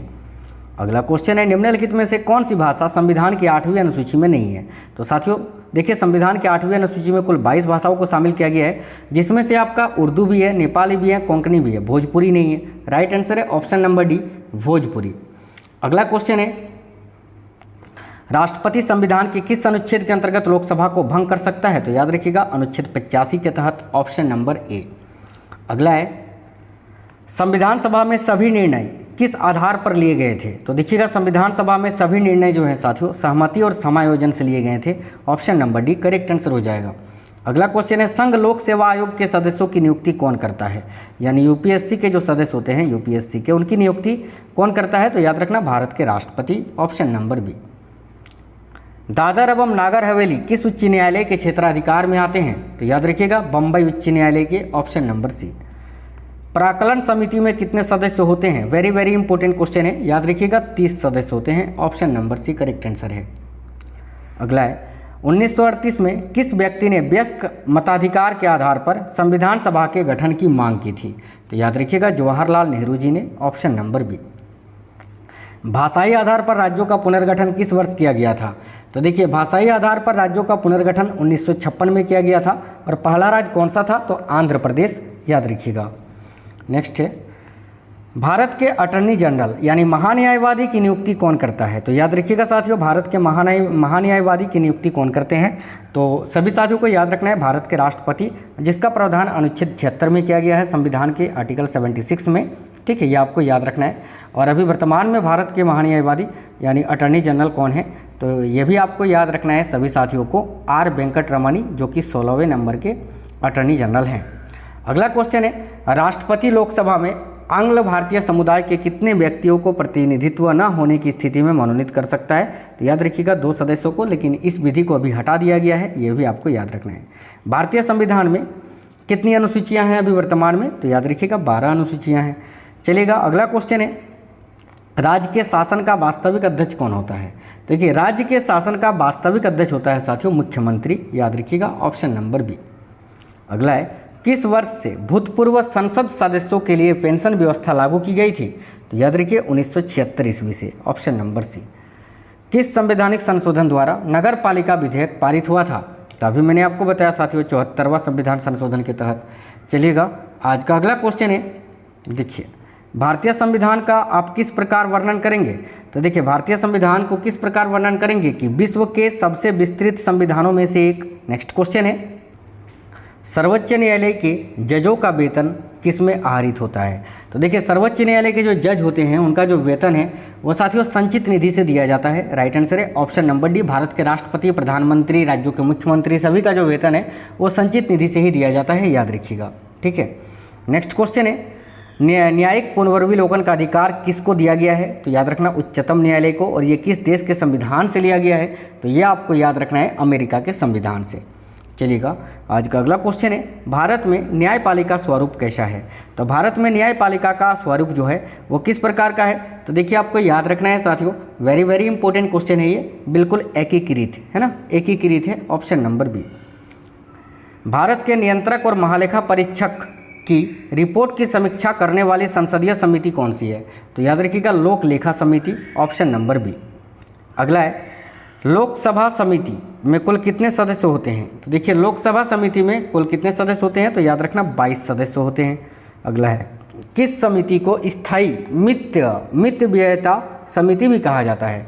वेरी वेरी इंपॉर्टेंट क्वेश्चन है साथियों, किस समिति को स्थायी मित व्ययता समिति भी कहा जाता है? तो याद रखिएगा सभी इंपॉर्टेंट क्वेश्चन है, प्राक्कलन समिति को। Option number D right answer है। देखिए, भारत में उच्चतम न्यायालय में न्यायाधीशों की संख्या बढ़ाने का अधिकार किसको है? यानी भारत में उच्चतम न्यायालय में न्यायाधीशों की संख्या को बढ़ाने का अधिकार किसके पास है? तो याद रखिएगा भारत के संसद के पास। नेक्स्ट है, पटना उच्च न्यायालय की स्थापना कब हुई थी? याद रखिएगा साथियों, पटना उच्च न्यायालय की स्थापना कब हुई थी? तो 1916 ईस्वी में। Option number A correct answer है। अगला है, भारत का सबसे बड़ा उच्च न्यायालय कौन सा है? तो याद रखिएगा भारत का सबसे बड़ा उच्च न्यायालय है इलाहाबाद उच्च न्यायालय। Option number B. अगला है, किन राज्यों का साझा उच्च न्यायालय है? यानी कौन सा राज्य है जिसका साझा उच्च न्यायालय है? तो देखिए राइट आंसर है महाराष्ट्र व गोवा का। ऑप्शन नंबर बी करेक्ट है, जो अपने उच्च न्यायालय को साझा करते हैं। ठीक है, छत्तीसगढ़ उच्च न्यायालय कहाँ स्थित है? तो छत्तीसगढ़ का जो उच्च न्यायालय है वो कहाँ पर स्थित है, ये पूछा जाता है ये क्वेश्चन साथियों। तो याद रखिएगा बिलासपुर में। जो राज्यों के उच्च न्यायालय स्थित है वो किस जगह पर स्थित है, ये क्वेश्चन पूछे जाते हैं। उत्तराखंड उच्च न्यायालय स्थापना कहाँ की गई है? तो देखिए उत्तराखंड का जो उच्च न्यायालय है उसकी स्थापना कहाँ पर की गई है? तो याद रखिएगा नैनीताल में। ऑप्शन नंबर ए नैनीताल करेक्ट है। मध्य प्रदेश उच्च न्यायालय कहाँ स्थित है? तो याद रखिएगा मध्य प्रदेश का जो उच्च न्यायालय है वो कहाँ पर स्थित है साथियों? इंपॉर्टेंट क्वेश्चन है, तो आपको याद रखना है मध्य प्रदेश का उच्च न्यायालय ये जबलपुर में स्थित है। Option number B. केरल का उच्च न्यायालय कहाँ स्थित है? देखिए केरल का उच्च न्यायालय ये एर्नाकुलम में स्थित है। राइट है आपका ऑप्शन नंबर सी एर्नाकुलम। अगला क्वेश्चन है, उच्च न्यायालय के मुख्य न्यायाधीश की नियुक्ति कौन करता है? देखिएगा उच्च न्यायालय के जो मुख्य न्यायाधीश होते हैं उनकी नियुक्ति कौन करता है साथियों? तो याद रखना बहुत ही अच्छा क्वेश्चन है, राज्य के राज्यपाल है ना। राज्य के जो राज्यपाल होते हैं वो उच्च न्यायालय के मुख्य न्यायाधीश की नियुक्ति करता है। अगला है, उच्च न्यायालय के क्षेत्राधिकार को घटाने या बढ़ाने का अधिकार किसे है? तो साथियों याद रखना इंपॉर्टेंट क्वेश्चन है, ये बिल्कुल संसद के पास है, केवल और केवल संसद के पास। उच्च न्यायालय के मुख्य न्यायाधीश पद पर नियुक्त होने वाली प्रथम महिला कौन है? देखिए उच्च न्यायालय के मुख्य न्यायाधीश पद पर नियुक्त होने वाली प्रथम महिला कौन है? तो आपको याद रखना है लीला सेठ। और ये फातिमा बीबी जो है ना, मीरा साहिब फातिमा बीबी, ये साथियों सर्वोच्च न्यायालय यानी सुप्रीम कोर्ट की न्यायाधीश बनने वाली पहली महिला थी, याद रखना। ठीक है, चलिए, राज्यों के गवर्नर यानी राज्यपाल संविधान के अंतर्गत किसके प्रति अपने आचरण के लिए उत्तरदायी होते हैं? तो याद रखना राष्ट्रपति के प्रति। Option number B. अगला है, राज्यपाल सोने के पिंजरे में निवास करने वाली चिड़िया के समतुल्य है, यह कथन किसने कहा था? तो याद रखिएगा सरोजिनी नायडू ने इस कथन को कहा था, जो कि भारत की पहली महिला राज्यपाल थी। और किस राज्य की बनी थी? तो उत्तर प्रदेश की। अगला है, गवर्नर द्वारा जारी किया गया अध्यादेश किसके द्वारा मंजूर किया जाता है? तो याद रखिएगा विधानमंडल के द्वारा। Option number B. अगला है, राज्यपाल द्वारा जारी किए गए अध्यादेशों पर कौन सी कार्यवाही आवश्यक होती है? तो देखिए करेक्ट आंसर है राज्य विधानमंडल की स्वीकृति होना आवश्यक है। ऑप्शन नंबर सी करेक्ट हो जाएगा। अगला है, राज्यपाल द्वारा जारी किए अध्यादेश कितने समय में स्वतः समाप्त हो जाता है? यानी राज्यपाल जो अध्यादेश जारी करता है वो कितने समय के बाद खुद ही समाप्त हो जाता है? तो देखिए राइट आंसर हो जाएगा 6 सप्ताह के बाद। ऑप्शन नंबर ए। राष्ट्रीय विकास परिषद की बैठक में राज्य का प्रतिनिधित्व कौन करता है? तो साथियों याद रखिएगा इंपॉर्टेंट क्वेश्चन है, बिल्कुल राज्यों के मुख्यमंत्री। ऑप्शन नंबर ए। बिहार के प्रथम मुख्यमंत्री कौन थे? तो देखिए डॉक्टर कृष्णा सिंह जी, जो कि बिहार के प्रथम मुख्यमंत्री थे साथियों। किसको समाप्त किया जा सकता है परंतु भंग नहीं? तो देखिए इनमें से किसको समाप्त किया जा सकता है? तो विधान परिषद को समाप्त किया जा सकता है, लेकिन इसको भंग नहीं किया जा सकता है, याद रखना। Option number B. अगला है, राज्य के विधान परिषद के कितने सदस्य विधानसभा द्वारा चुने जाते हैं? तो याद रखिएगा साथियों, राज्य के विधान परिषद के कितने सदस्य विधानसभा द्वारा चुने जाते हैं? तो 1/3 सदस्य। Option number B.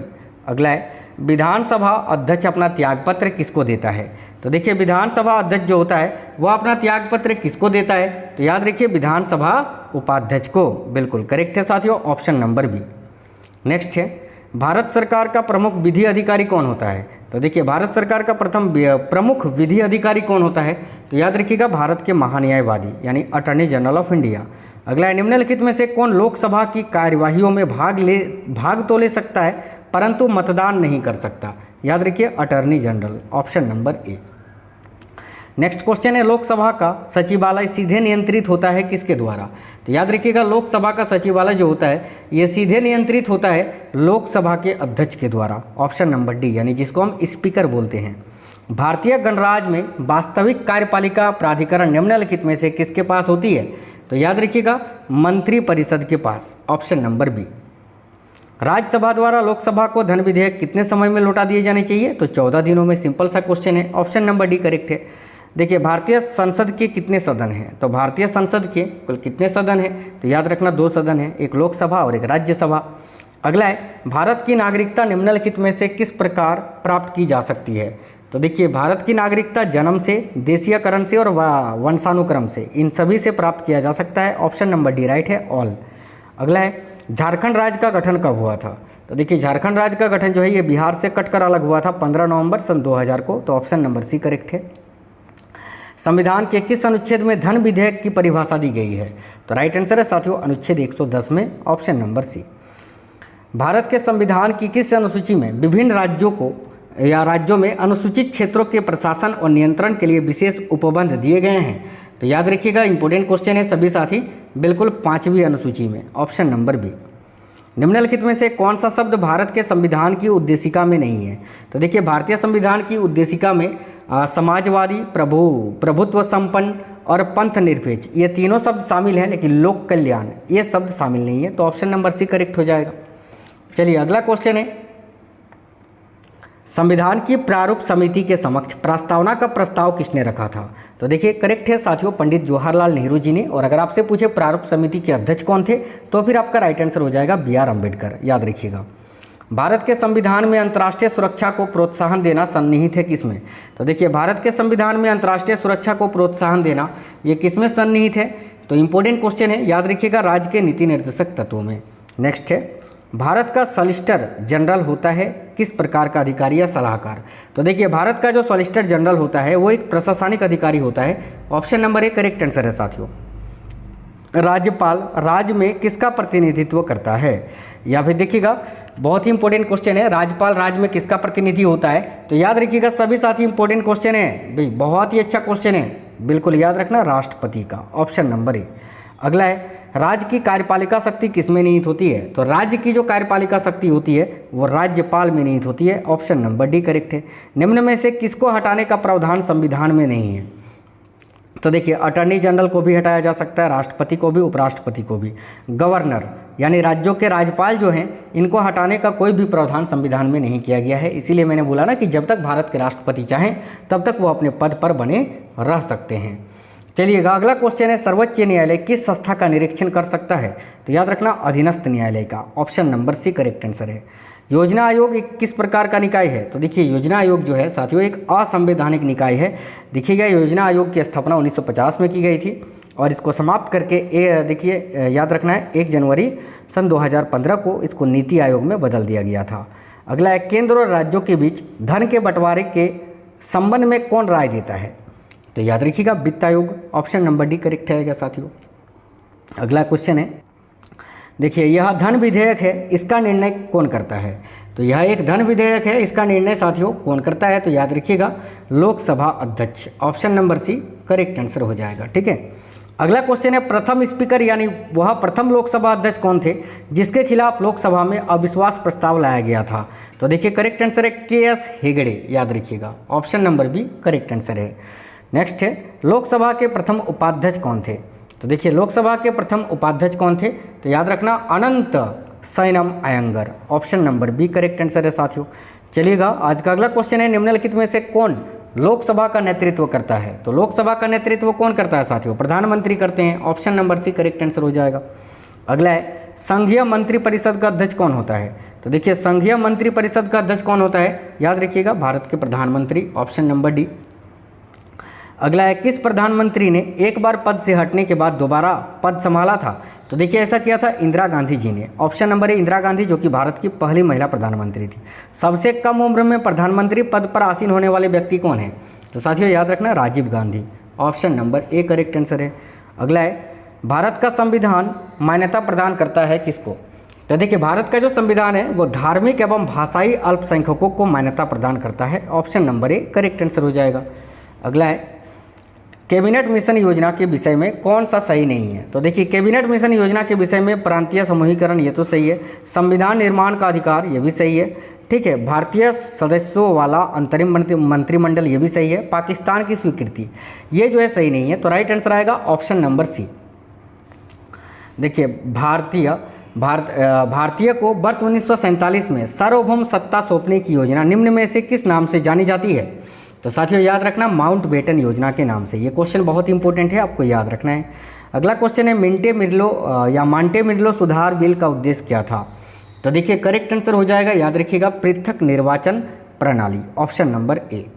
अगला है किस वाद ने संसद को मौलिक अधिकार में संशोधन का अधिकार दिया था? तो देखिए किस वाद ने, तो याद रखिए केशवानंद भारती वाद ने, ऑप्शन नंबर डी इस क्वेश्चन का राइट आंसर हो जाएगा।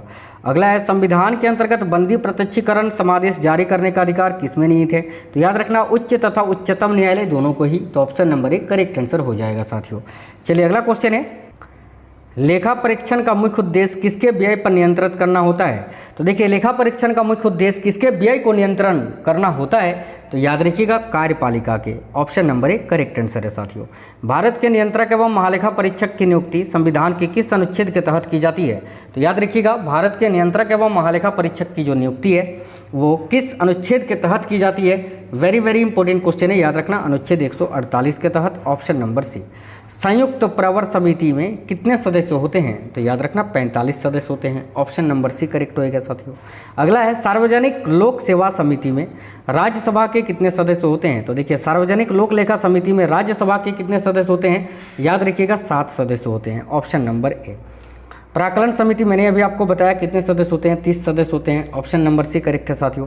अगला है भारत में संसदीय समिति प्रणाली की शुरुआत निम्नलिखित में से किसकी सिफारिश पर किया गया था? तो याद रखिएगा संसद की नियम समिति के द्वारा, option number B right answer है। चलिएगा आज का अगला क्वेश्चन देखते हैं। तो ये रही स्क्रीन पर आपका अगला क्वेश्चन है, भारत की संविधान के किस भाग में संघीय न्यायपालिका का उल्लेख किया गया है? तो भाग में पूछा है तो याद रखना भाग 5 में, ऑप्शन नंबर डी। निम्नलिखित में से किसके अंतर्गत भारत में सर्वप्रथम सर्वोच्च न्यायालय की स्थापना हुई थी? तो देखिए भारत में सर्वप्रथम सर्वोच्च न्यायालय की स्थापना किसके अंतर्गत की गई थी? तो याद रखना इंपॉर्टेंट क्वेश्चन है, देखिए रेगुलेटिंग एक्ट 1773 के द्वारा, ऑप्शन नंबर ए। प्राक्कलन समिति के सदस्य जो हैं वो किस प्रकार से चुने जाते हैं? तो देखिए करेक्ट आंसर है केवल लोकसभा से, है ना। प्राक्कलन समिति के सदस्य केवल लोकसभा से ही चुने जाते हैं, ये आपको याद रखना है। अगला क्वेश्चन है भारत में नई संसदीय समिति प्रणाली की शुरुआत कब हुई थी? तो राइट है 1991 ईस्वी में।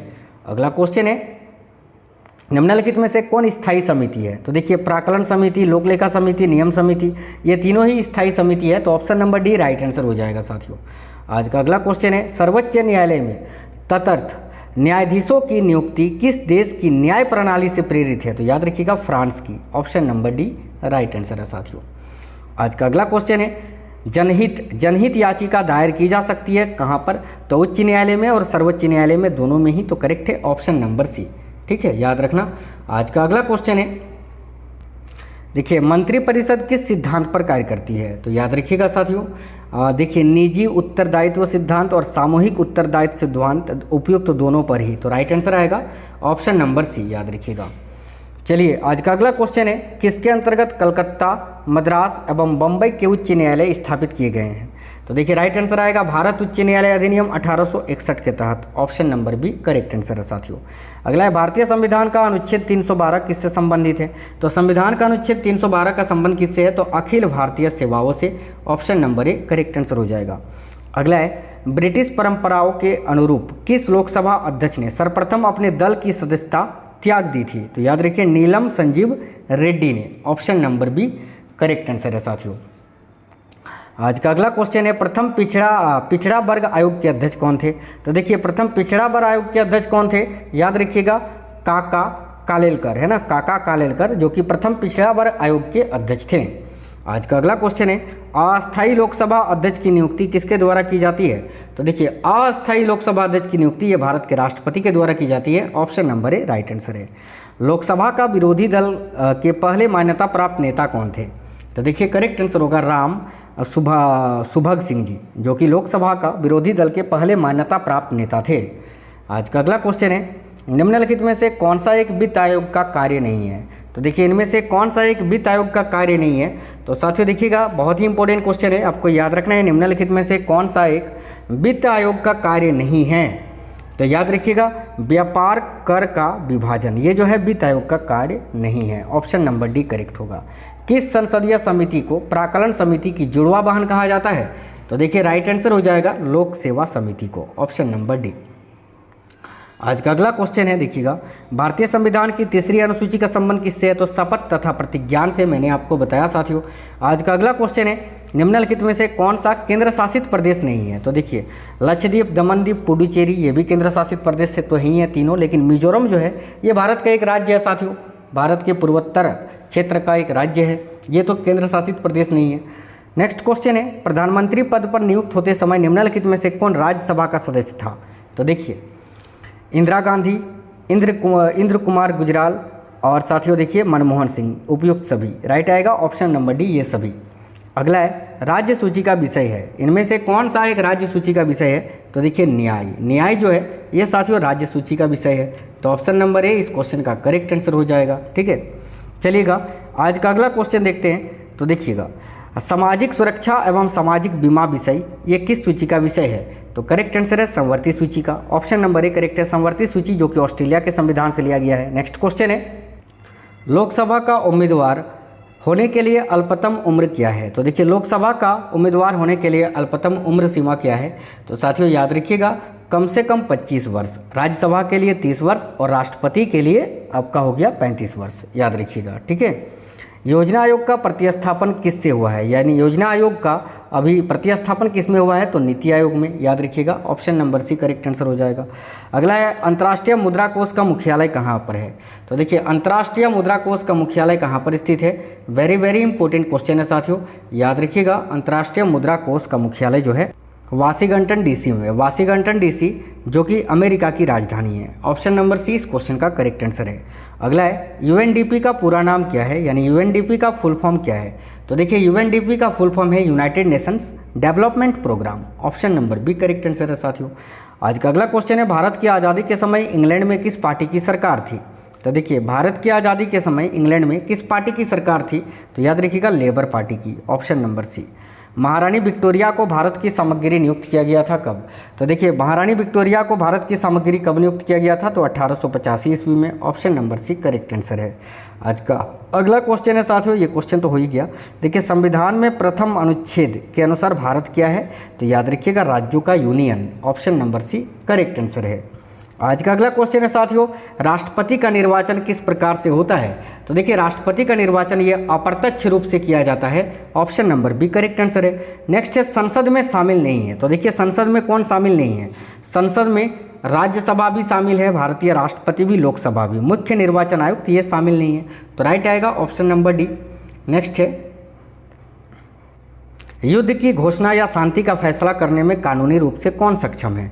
तो याद रखिए भारत के राष्ट्रपति, ऑप्शन नंबर बी। अगला क्वेश्चन है, राज्यसभा का सभापति कौन होता है? तो देखिएगा राज्यसभा के सभापति कौन होते हैं? तो आपको याद रखना है साथियों उपराष्ट्रपति, ऑप्शन नंबर ए। अगला क्वेश्चन है, भारत के प्रथम उपराष्ट्रपति कौन थे? तो देखिए भारत के प्रथम उपराष्ट्रपति कौन थे? तो डॉक्टर सर्वपल्ली राधाकृष्णन जी, ऑप्शन नंबर बी। अगला है, नए राज्य के गठन अथवा सीमा में परिवर्तन करने का अधिकार किसको है? यानी नए राज्य का अगर गठन करना है केंद्र सरकार को तो वो अधिकार किसके पास है? तो याद रखिए संसद के पास, ऑप्शन नंबर बी। आज का अगला क्वेश्चन है, देखिएगा भारतीय संविधान की अपरिचितता उन्मूलन से संबंधित अनुच्छेद कौन सा है? तो अनुच्छेद 17, जैसे कि मैंने अभी आपको बताया, राइट आंसर आएगा साथियों ऑप्शन नंबर सी। आज का अगला क्वेश्चन है, भारतीय संविधान में निम्नलिखित में से किस पद का उल्लेख नहीं है? तो देखिए राइट आंसर हो जाएगा, याद रखिएगा उप प्रधानमंत्री पद का, ऑप्शन नंबर बी। भारतीय संविधान के अनुच्छेद 74 और 75 किन विषयों पर विचार करते हैं? तो याद रखिएगा राइट आंसर है साथियों मंत्रिपरिषद के विषय पर, ऑप्शन नंबर ए राइट आंसर है। नेक्स्ट है, अगला क्वेश्चन है, अंतर्राष्ट्रीय न्यायालय कहाँ स्थित है? तो देखिए अंतर्राष्ट्रीय न्यायालय का जो मुख्यालय है वो कहाँ स्थित है? तो याद रखिएगा द हेग में, द हेग जो कि नीदरलैंड में स्थित है। साथियों लगभग 400 क्वेश्चन आप लोगों ने पढ़ लिया है अभी तक। अगला क्वेश्चन है, संयुक्त राष्ट्र संघ की आम सभा की अध्यक्ष एकमात्र कौन भारतीय महिला बनी थी? तो देखिए संयुक्त राष्ट्र संघ की यानी यूएनओ की आम सभा की अध्यक्ष एकमात्र कौन सी भारतीय महिला बनी थी? तो याद रखिएगा विजय लक्ष्मी पंडित। बहुत ही इंपॉर्टेंट क्वेश्चंस बचे हुए हैं, वो भी आप लोग देख लीजिए। देखिए संयुक्त राष्ट्र की सुरक्षा परिषद के अस्थायी सदस्य का कार्यकाल कितना है? साथियों अभी तक अगर आप लोगों ने क्लास को लाइक नहीं किया तो प्लीज़ आप लोग लाइक कर दीजिएगा। तो देखिए संयुक्त राष्ट्र की सुरक्षा परिषद के अस्थायी सदस्यों का जो कार्यकाल होता है वो होता है साथियों 2 वर्ष का। Option number C right answer हो जाएगा। ठीक है, चलिए आज का अगला क्वेश्चन है, देखते हैं फटाफट से। संविधान भारतीय संविधान सभा के प्रथम दिन के अधिवेशन की अध्यक्षता इन्होंने की थी। तो किन्होंने की थी? याद रखिएगा डॉक्टर सच्चिदानंद सिन्हा जी ने। देखिए आप पढ़े होंगे कि भारतीय संविधान के अस्थायी अध्यक्ष डॉक्टर सच्चिदानंद सिन्हा थे। तो याद रखिएगा इन्होंने पहले दिन की अध्यक्षता की थी, है ना। उसके बाद डॉक्टर राजेंद्र प्रसाद स्थायी अध्यक्ष बने थे। याद रखना option number A correct answer हो जाएगा। चलिए तो आज का अगला क्वेश्चन देखते हैं, बहुत ही इंपॉर्टेंट क्वेश्चन है। ये रही स्क्रीन पर आपका अगला क्वेश्चन। संविधान सभा में किस प्रांत का प्रतिनिधित्व सबसे अधिक था? तो याद रखिएगा संविधान सभा में किस प्रांत का प्रतिनिधित्व सबसे अधिक था? तो संयुक्त प्रांत का। Option number C right answer है। आज का अगला क्वेश्चन है, भारत की आज़ादी के समय इंग्लैंड में किस पार्टी की सरकार थी? ये क्वेश्चन रिपीट हो गया है, तो याद रखिएगा लेबर पार्टी की। Option number C right answer होगा। अगला है, किस अधिनियम की प्रमुख विशेषता प्रांतीय स्वायत्तता थी? तो देखिए इनमें से वो कौन सा अधिनियम है जिसकी प्रमुख विशेषता प्रांतीय स्वायत्तता थी? तो देखिए राइट आंसर हो जाएगा साथियों, याद रखिएगा बहुत ही अच्छा क्वेश्चन है, भारत सरकार अधिनियम 1935 यानी गवर्नमेंट ऑफ इंडिया एक्ट 1935, याद रखना। ठीक है, अगला है, भारत की संविधान सभा किसके अनुसार गठित की गई थी? तो याद रखिएगा भारत की संविधान सभा जो है वो कैबिनेट मिशन योजना के तहत जो है या अनुसार गठित की गई थी। आज का अगला क्वेश्चन है, मार्ले मिंटो सुधार बिल किस वर्ष पारित किया गया था? तो देखिए मार्ले मिंटो सुधार बिल जो कि पृथक निर्वाचन क्षेत्र से संबंधित है, ये किस वर्ष पारित किया गया था? तो 1909 ईस्वी में। इसी समय जो है मुस्लिमों के लिए अलग निर्वाचन मंडल का गठन किया गया था साथियों, ये आपको याद रखना है। अगला है, रेगुलेटिंग एक्ट कब पारित किया गया था? तो देखिए रेगुलेटिंग एक्ट जो है ये कब पारित किया गया था? तो 1773 ईस्वी में। Option number B correct answer है। आज का अगला क्वेश्चन है, देखिए भारतीय संघवाद को किसने सहकारी संघवाद कहा है? तो याद रखिएगा भारतीय संघवाद को सहकारी संघवाद किसने कहा था? तो जी ऑस्टिन ने। जी ऑस्टिन करेक्ट आएगा। Option number C right answer है साथियों। चलिए आज का अगला क्वेश्चन है, भारतीय राजनीति व्यवस्था में इनमें से कौन सर्वोच्च है? तो याद रखिएगा संविधान जो कि सबसे सर्वोच्च है। आज का अगला क्वेश्चन है, कानून के समान संरक्षण ये वाक्य कहाँ से लिया गया है? तो देखिए कानून के समान संरक्षण वाक्य को अमेरिका के संविधान से लिया गया है साथियों, तो राइट आंसर आएगा ऑप्शन नंबर ए अमेरिका। अगला है, भारत में कलेक्टर का पद औपनिवेशिक शासन ने उधार लिया था किससे? तो देखिए भारत में जो कलेक्टर का पद है वो कहाँ से लिया गया है? तो याद रखिएगा इंग्लैंड से। ऑप्शन नंबर सी करेक्ट है इंग्लैंड। अगला है, अधिष्ठात्मक शासन का उदय सर्वप्रथम किस देश में हुआ था? तो देखिए राइट आंसर हो जाएगा साथियों संयुक्त राज्य अमेरिका में। Option number B. आज का अगला क्वेश्चन है, भारतीय संविधान में कुल कितने भाग थे प्रारंभ में? तो याद रखिए प्रारंभ में 22 भाग थे और वर्तमान में 25 भाग हो गए हैं, ये आपको याद रखना है। आज का अगला क्वेश्चन है, देखिएगा बहुत ही इंपॉर्टेंट है, भारतीय संविधान निम्नलिखित में से कौन सी नागरिकता प्रदान करता है? तो साथियों देखिए भारतीय संविधान निम्नलिखित में से कौन सी नागरिकता प्रदान करता है? तो एकल नागरिकता। Option number B correct answer है। किस देश में दोहरी नागरिकता का सिद्धांत स्वीकार किया गया है? तो देखिए दोहरी नागरिकता का सिद्धांत जो है ये संयुक्त राज्य अमेरिका में स्वीकार किया गया है, तो option number D correct answer है। भारतीय संविधान के किस अनुच्छेद में राज्य सरकार को ग्राम पंचायत के संगठन का निर्देश देता है? तो देखिए राइट है अनुच्छेद 40 में। एक चीज़ आपको बता दें साथियों, चैनल के अंदर मैंने एक अनुच्छेद का सेपरेट वीडियो बना दिया है, आप उस क्लास को देख लेना। अनुच्छेद से कोई भी क्वेश्चन आपका पेपर में नहीं छूटेगा, जो इंपॉर्टेंट आर्टिकल्स हैं मैंने एक ही वीडियो में करा दिया है, चैनल के अंदर आपको मिल जाएगी। चलिए तो आज का अगला क्वेश्चन देखते हैं, ये रही स्क्रीन पर। 6 वर्ष की आयु से 14 वर्ष की आयु के बीच के सभी बच्चों को शिक्षा का अधिकार किस प्रकार का अधिकार है? तो याद रखिएगा साथियों मूल अधिकार है। ऑप्शन नंबर 1 करेक्ट है। नीति निर्देशक तत्व का महत्व किसके लिए है? तो याद रखिएगा राज्य के लिए। Option number B. संसद को भंग करने के लिए कौन सक्षम है? तो देखिए संसद को भंग करने के लिए कौन सक्षम है? याद रखिएगा इंपॉर्टेंट क्वेश्चन है, भारत के राष्ट्रपति। Option number B. अगला है, भारत की पार्लियामेंट का उद्घाटन कब हुआ था? तो देखिए सबसे पहले भारत की पार्लियामेंट का उद्घाटन कब हुआ था? तो 1927 में। अभी नए पार्लियामेंट का उद्घाटन भी हो गया है, नया संसद भवन का कब हुआ है? तो बिल्कुल 2023, याद रखिएगा। ठीक है, चलिएगा अगला क्वेश्चन है, राष्ट्रपति को लोकसभा में किन 2 सदस्यों को मनोनीत करने का अधिकार है? तो एंग्लो इंडियंस को, याद रखिएगा ऑप्शन नंबर ए, लेकिन इस प्रावधान को अभी हटा दिया गया है साथियों। अगला है, अध्यादेश जारी करने का अधिकार राष्ट्रपति का कौन सा अधिकार है? तो देखिए अध्यादेश जारी करने, देखिए भारत के जो राष्ट्रपति हैं वो अनुच्छेद 123 के अंतर्गत अध्यादेश जारी करते हैं, और ये कौन सा अधिकार है? तो याद रखिएगा ये विधायी अधिकार है राष्ट्रपति का।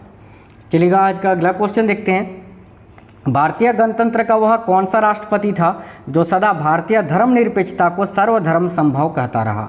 तो याद रखिएगा डॉक्टर सर्वपल्ली राधाकृष्णन जी।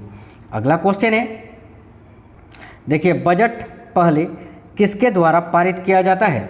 याद रखिएगा साथियों बजट जो है वो सबसे पहले लोकसभा में पारित किया जाता है, फिर राज्यसभा में, और उसके बाद राष्ट्रपति के पास भेजा जाता है। ठीक है, आज का अगला क्वेश्चन है, लोकसभा में राज्यों को किस आधार पर सीटें आवंटित होती हैं? तो याद रखना जनसंख्या के आधार पर। करेक्ट है ऑप्शन नंबर ए। आज का अगला क्वेश्चन है, भारत के उपराष्ट्रपति की स्थिति की तुलना किस देश के उपराष्ट्रपति से की जा सकती है? तो याद रखना संयुक्त राज्य अमेरिका के। अगला है, देखिए राज्यसभा की बैठकों का सभापतित्व कौन होता है या कौन करता है? तो याद रखिएगा साथियों राज्यसभा की बैठकों का सभापतित्व कौन करता है? इंपॉर्टेंट क्वेश्चन है बिल्कुल, याद रखिएगा उपराष्ट्रपति, ऑप्शन नंबर ए। ठीक है, आज का अगला क्वेश्चन है, देखिए राज्यपाल के बैठकों की, राज्यपाल जो होते हैं राज्यपाल के बैठकों की अध्यक्षता कौन करता है? तो याद रखिएगा राज्यपाल के जो बैठक होता है ना राज्यपालों का, तो उसकी भी बैठकों का जो सभापतित्व है वो उपराष्ट्रपति करते हैं। चलिए आज का अगला क्वेश्चन देखते हैं। अगला क्वेश्चन है, भारत में किसकी स्वीकृति के बिना कोई भी सरकारी खर्चा नहीं किया जाता है? तो देखिए राइट आंसर है संसद की अनुमति के बिना, option number D correct answer है। नेक्स्ट है, धार्मिक स्वतंत्रता का अधिकार किस अनुच्छेद के द्वारा दिया गया है? तो इसका राइट आंसर होगा ऑप्शन नंबर बी अनुच्छेद 25। मैंने अभी आपको बताया कि अनुच्छेद 25 से 28 में जो है धार्मिक स्वतंत्रता के बारे में बताया गया है। अगला क्वेश्चन है, भारत की संचित निधि से धन निर्गम पर किसका नियंत्रण होता है? तो देखिए राइट आंसर है साथियों संसद कर। याद रखिएगा भारत की संचित निधि से जो धन निर्गम होता है उस पर किसका नियंत्रण होता है? तो संसद का। चलिए आज का अगला क्वेश्चन है, देखिए संसदीय शासन प्रणाली में वास्तविक कार्यपालिका शक्ति किसमें होती है? तो याद रखिएगा प्रधानमंत्री में, ऑप्शन नंबर बी। अगला है, मंत्रिमंडल की बैठक की अध्यक्षता कौन करता है? तो याद रखना मंत्रिमंडल का जो बैठक होता है उसकी अध्यक्षता कौन करता है? तो भारत के प्रधानमंत्री, option number B correct answer है साथियों। बहुत ही इंपॉर्टेंट क्वेश्चंस आपको करवा रहे हैं आज के क्लास में। बिल्कुल इस वीडियो को देखने के बाद संविधान के बहुत सारे डाउट्स आपके कंप्लीट हो जाएंगे। देखिए मंत्रिपरिषद में निम्नलिखित में से कौन शामिल नहीं रहता है? तो साथियों याद रखिएगा मंत्रिपरिषद में देखिए कैबिनेट मंत्री तो होते ही हैं, उप मंत्री भी होते हैं, राज्य मंत्री भी होते हैं, संसदीय सचिव शामिल नहीं होते हैं। तो option number B correct answer हो जाएगा संसदीय सचिव। चलिए आज का अगला क्वेश्चन देखते हैं, लोकसभा का सचिवालय किसके प्रत्यक्ष पर्यवेक्षण एवं नियंत्रण में कार्य करता है? तो याद रखिएगा लोकसभा अध्यक्ष के, है ना। तो लोकसभा अध्यक्ष आपका इस क्वेश्चन का करेक्ट आंसर हो जाएगा। चलिए आज का अगला क्वेश्चन है, लोकसभा में विपक्ष में किसी दल के नेता के रूप में मान्यता किसके द्वारा दी जाती है? यानी लोकसभा में विपक्ष के किसी भी दल के नेता के रूप में मान्यता कौन देता है? तो साथियों याद रखना लोकसभा अध्यक्ष, ऑप्शन नंबर डी करेक्ट है। अगला है, जिस समिति की सिफारिश पर भारत में पंचायती राज की स्थापना की गई थी उसकी अध्यक्षता या अध्यक्ष कौन थे? तो याद रखिएगा बलवंत राय मेहता, ऑप्शन नंबर डी। चलिए आज का अगला क्वेश्चन है, ग्राम पंचायत का निर्वाचन कराना निर्भर करता है किस पर? तो देखिए ग्राम पंचायत का निर्वाचन कराना ये किस पर निर्भर करता है? तो साथियों याद रखिएगा राज्य सरकार पर। करेक्ट आंसर है ऑप्शन नंबर बी राज्य सरकार। 1977 ईस्वी में पंचायती राज व्यवस्था की समीक्षा के लिए गठित की गई समिति की अध्यक्षता किसने की थी? तो राइट आंसर है अशोक मेहता ने, ऑप्शन नंबर सी। पंचायती राज प्रणाली कहाँ नहीं है? तो देखिए पंचायती राज प्रणाली ये आंध्र प्रदेश, उड़ीसा, राजस्थान से तो इसका उत्पन्न ही हुआ है शुरू, आंध्र प्रदेश में नहीं है। Option number A correct answer हो जाएगा आंध्र प्रदेश। निम्नलिखित में से भारत का पहला नगर निगम, है ना, भारत का पहला नगर निगम कहाँ स्थापित हुआ था? तो देखिए भारत का पहला नगर निगम ये चेन्नई में स्थापित हुआ था, चेन्नई जो कि तमिलनाडु राज्य की राजधानी है। अगला क्वेश्चन है, यदि पंचायत भंग होती है तो किस अवधि के अंदर निर्वाचन होंगे? याद रखिएगा 6 महीने के भीतर, ऑप्शन नंबर सी। पंचायत स्तर पर राज्य सरकार का प्रतिनिधित्व कौन करता है? तो याद रखिएगा ग्राम का मुखिया, option number D right answer है साथियों। आज का अगला क्वेश्चन है, पंचायती चुनाव के लिए उम्मीदवारों की न्यूनतम आयु कितनी होनी चाहिए? राइट आंसर है साथियों 21 वर्ष, याद रखिएगा ऑप्शन नंबर सी। देखिए वह भारतीय राजनीतिक दल कौन सा है जिसकी स्थापना ताशकंद में हुई थी? तो करेक्ट आंसर हो जाएगा भारतीय communist party, option number B correct answer है साथियों। चलिए नेक्स्ट क्वेश्चन है, भारत में पंचायती राज प्रारंभ किया गया था कब? तो देखिए भारत में पंचायती राज कब प्रारंभ किया गया था? तो 1959 ईस्वी में, याद रखिएगा, राजस्थान के नागौर जिले से। ठीक है। किस संविधान संशोधन अधिनियम द्वारा वयस्क मताधिकार की आयु सीमा 21 वर्ष से घटाकर 18 वर्ष कर दी गई थी? तो याद रखना 61वां संविधान संशोधन अधिनियम के द्वारा। ठीक है। आज का अगला क्वेश्चन है, वह संवैधानिक संशोधन कौन सा है जिसके द्वारा राजनीतिक दल बदल पर प्रतिबंध लगाया गया था? तो साथियों देखिए करेक्ट आंसर हो जाएगा 1985 का 52वां संविधान संशोधन अधिनियम। ठीक है। आज का अगला क्वेश्चन है, देखिएगा, भारतीय संविधान के संशोधन में कौन सा संशोधन केंद्रीय मंत्रिमंडल के आकार को सीमित करता है? तो राइट आंसर है साथियों, याद रखना 91वां संविधान संशोधन, ऑप्शन नंबर बी। आज का अगला क्वेश्चन है, राजनीतिक दल निम्नलिखित में से किसके लिए जरूरी है? तो देखिए राजनीतिक दल जो है वो साथियों लोकतंत्र के लिए जरूरी हैं, option number B correct answer हो जाएगा। भारतीय कम्युनिस्ट पार्टी का अस्तित्व किस वर्ष हुआ था? यानी भारतीय कम्युनिस्ट पार्टी की स्थापना जो ताशकंद में हुई थी, कब हुई थी? तो 1921 ईस्वी में, option number D. Telugu Desam party का चुनाव चिन्ह क्या है? तो देखिए तेलुगु देशम पार्टी का चुनाव चिन्ह है साथियों साइकिल। इसके अलावा याद रखना समाजवादी पार्टी का भी चुनाव चिन्ह साइकिल ही है। ठीक है, यहाँ पर आपको कन्फ्यूज नहीं होना है। अगला है, निम्नलिखित में से कौन सा क्षेत्रीय राजनीतिक दल है? तो देखिए इनमें से कौन सा क्षेत्रीय राजनीतिक दल है? तो याद रखिएगा Akali Dal, option number B correct answer है साथियों। चलिए अगला क्वेश्चन है, दल विहीन लोकतंत्र के पक्ष में कौन था? तो याद रखना दल विहीन लोकतंत्र के पक्ष में कौन सा नेता था? तो Jayaprakash Narayan, option number D correct answer है। अगला है, देखिए किस राजनीतिक दल को राष्ट्रीय दल अथवा प्रादेशिक दल के रूप में मान्यता कौन देता है? तो किसी राजनीतिक दल को राष्ट्रीय दल अथवा प्रादेशिक दल के रूप में मान्यता निर्वाचन आयोग देता है। निर्वाचन आयोग का उल्लेख अनुच्छेद, याद रखना अनुच्छेद 324 में किया गया है संविधान के। चलिए नेक्स्ट क्वेश्चन है, भारत में दलीय व्यवस्था किस प्रकार की है? तो देखिए भारत में जो दलीय व्यवस्था है वो है साथियों बहुदलीय, option number B correct answer हो जाएगा। अगला है, रामविलास पासवान के नवगठित राजनीतिक दल का क्या नाम है?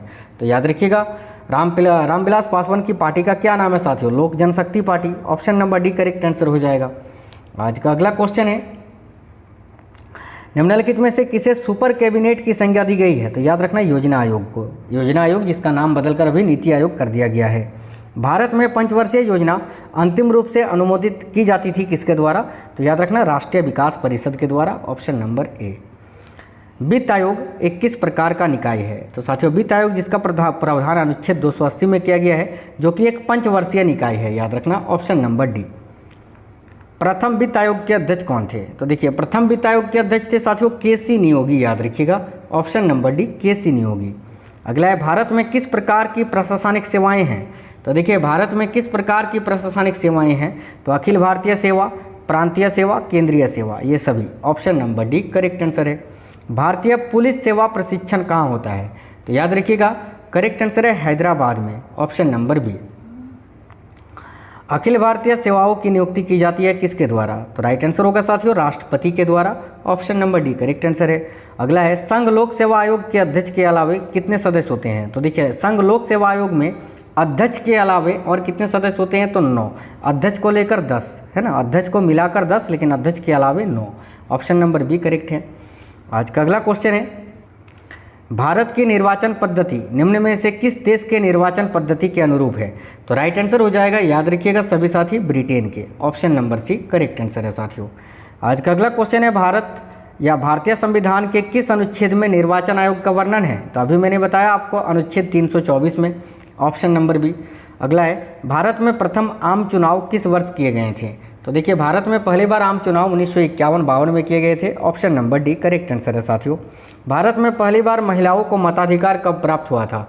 तो देखिए भारत में पहली बार महिलाओं को वोट देने का अधिकार 1926 में दिया गया था, option number B correct answer है। सरकारिया आयोग किससे संबंधित है? तो देखिए साथियों सरकारिया आयोग का संबंध किससे है? तो केंद्र राज्य संबंधों से, राइट आंसर है ऑप्शन नंबर सी। संवर्ती सूची का विषय है, यानी इनमें से कौन सा एक संवर्ती सूची का विषय है? तो देखिए यहाँ पर समाचार पत्र, ऑप्शन नंबर बी, समाचार पत्र जो है साथियों संवर्ती सूची का विषय है, याद रखिएगा संवर्ती सूची ऑस्ट्रेलिया के संविधान से लिया गया है। अगला है निम्नलिखित में से कौन सा विषय है जो संघ सूची के अंतर्गत समाविष्ट है। तो देखिए यहाँ ऑप्शन नंबर डी में दिया हुआ है जनगणना।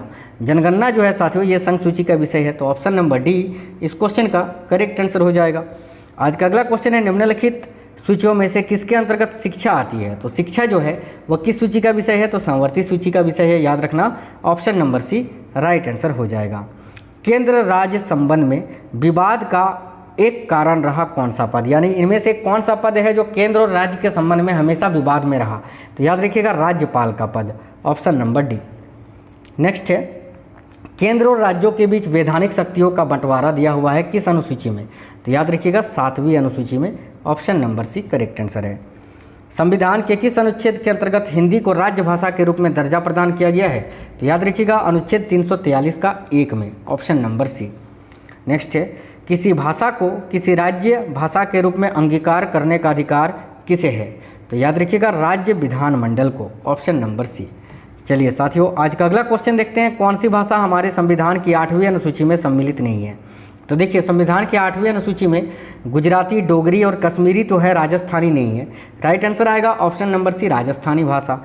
आज का अगला क्वेश्चन है राष्ट्रपति राष्ट्रीय आपातकाल की उद्घोषणा किन परिस्थितियों में कर सकता है, तो युद्ध में, सशस्त्र विद्रोह और बाहरी आक्रमण, ये सभी, option number D right answer हो जाएगा साथियों, याद रखिएगा। ठीक है चलिए आज का अंतिम क्वेश्चन हम लोग देख लेते हैं। देखिए देश में पहली बार राष्ट्रीय आपातकाल की उद्घोषणा किस परिस्थितियों में कब हुई थी, है ना। देश में पहली बार राष्ट्रीय आपातकाल की उद्घोषणा कब हुई थी, तो देखिए राइट आंसर हो जाएगा, याद रखिएगा 26 अक्टूबर 1962 को भारत और चीन के युद्ध के समय। तो साथियों आज के इस वीडियो में पूरे 500 क्वेश्चंस मैंने आपको करा दिया। आज का ये क्लास आपको कैसा लगा है आप लोग कमेंट बॉक्स में कमेंट करके बताइएगा। चैनल के अंदर बहुत सारे इंपॉर्टेंट क्लास मैंने करवा दिया है, आप लोग जाइए और देखिएगा। एक सेपरेट वीडियो मैंने अनुच्छेद का करवाया है, जिसमें जो है जो अनुच्छेद एग्जामों में पूछा जाता है वो सारा अनुच्छेद मैंने एक ही वीडियो में करा दिया है, आप लोग जाकर देख लीजिए। बहुत ही इंपॉर्टेंट क्लास और भी बहुत सारे टॉपिक वाइज वीडियोस मैंने आपको क्लासेस दिए हैं चैनल के अंदर, जाइए और सारे क्लास को देख लीजिए। अभी वीडियो को आप लोग लाइक कर दीजिएगा, कमेंट बॉक्स में कमेंट करके बताइएगा आज का क्लास आपको कैसा लगा है। सभी साथी लाइक शेयर और चैनल सब्सक्राइब जरूर कर लेना। देखो चैनल सब्सक्राइब करके बेल आइकन को ऑन करके ऑल पे क्लिक कर लेना, तभी सारे क्लासेस की नोटिफिकेशन आएगी। तब मिलते हैं अगली वीडियो में, तब तक स्वस्थ रहें। जय हिंद साथियों, वंदे मातरम।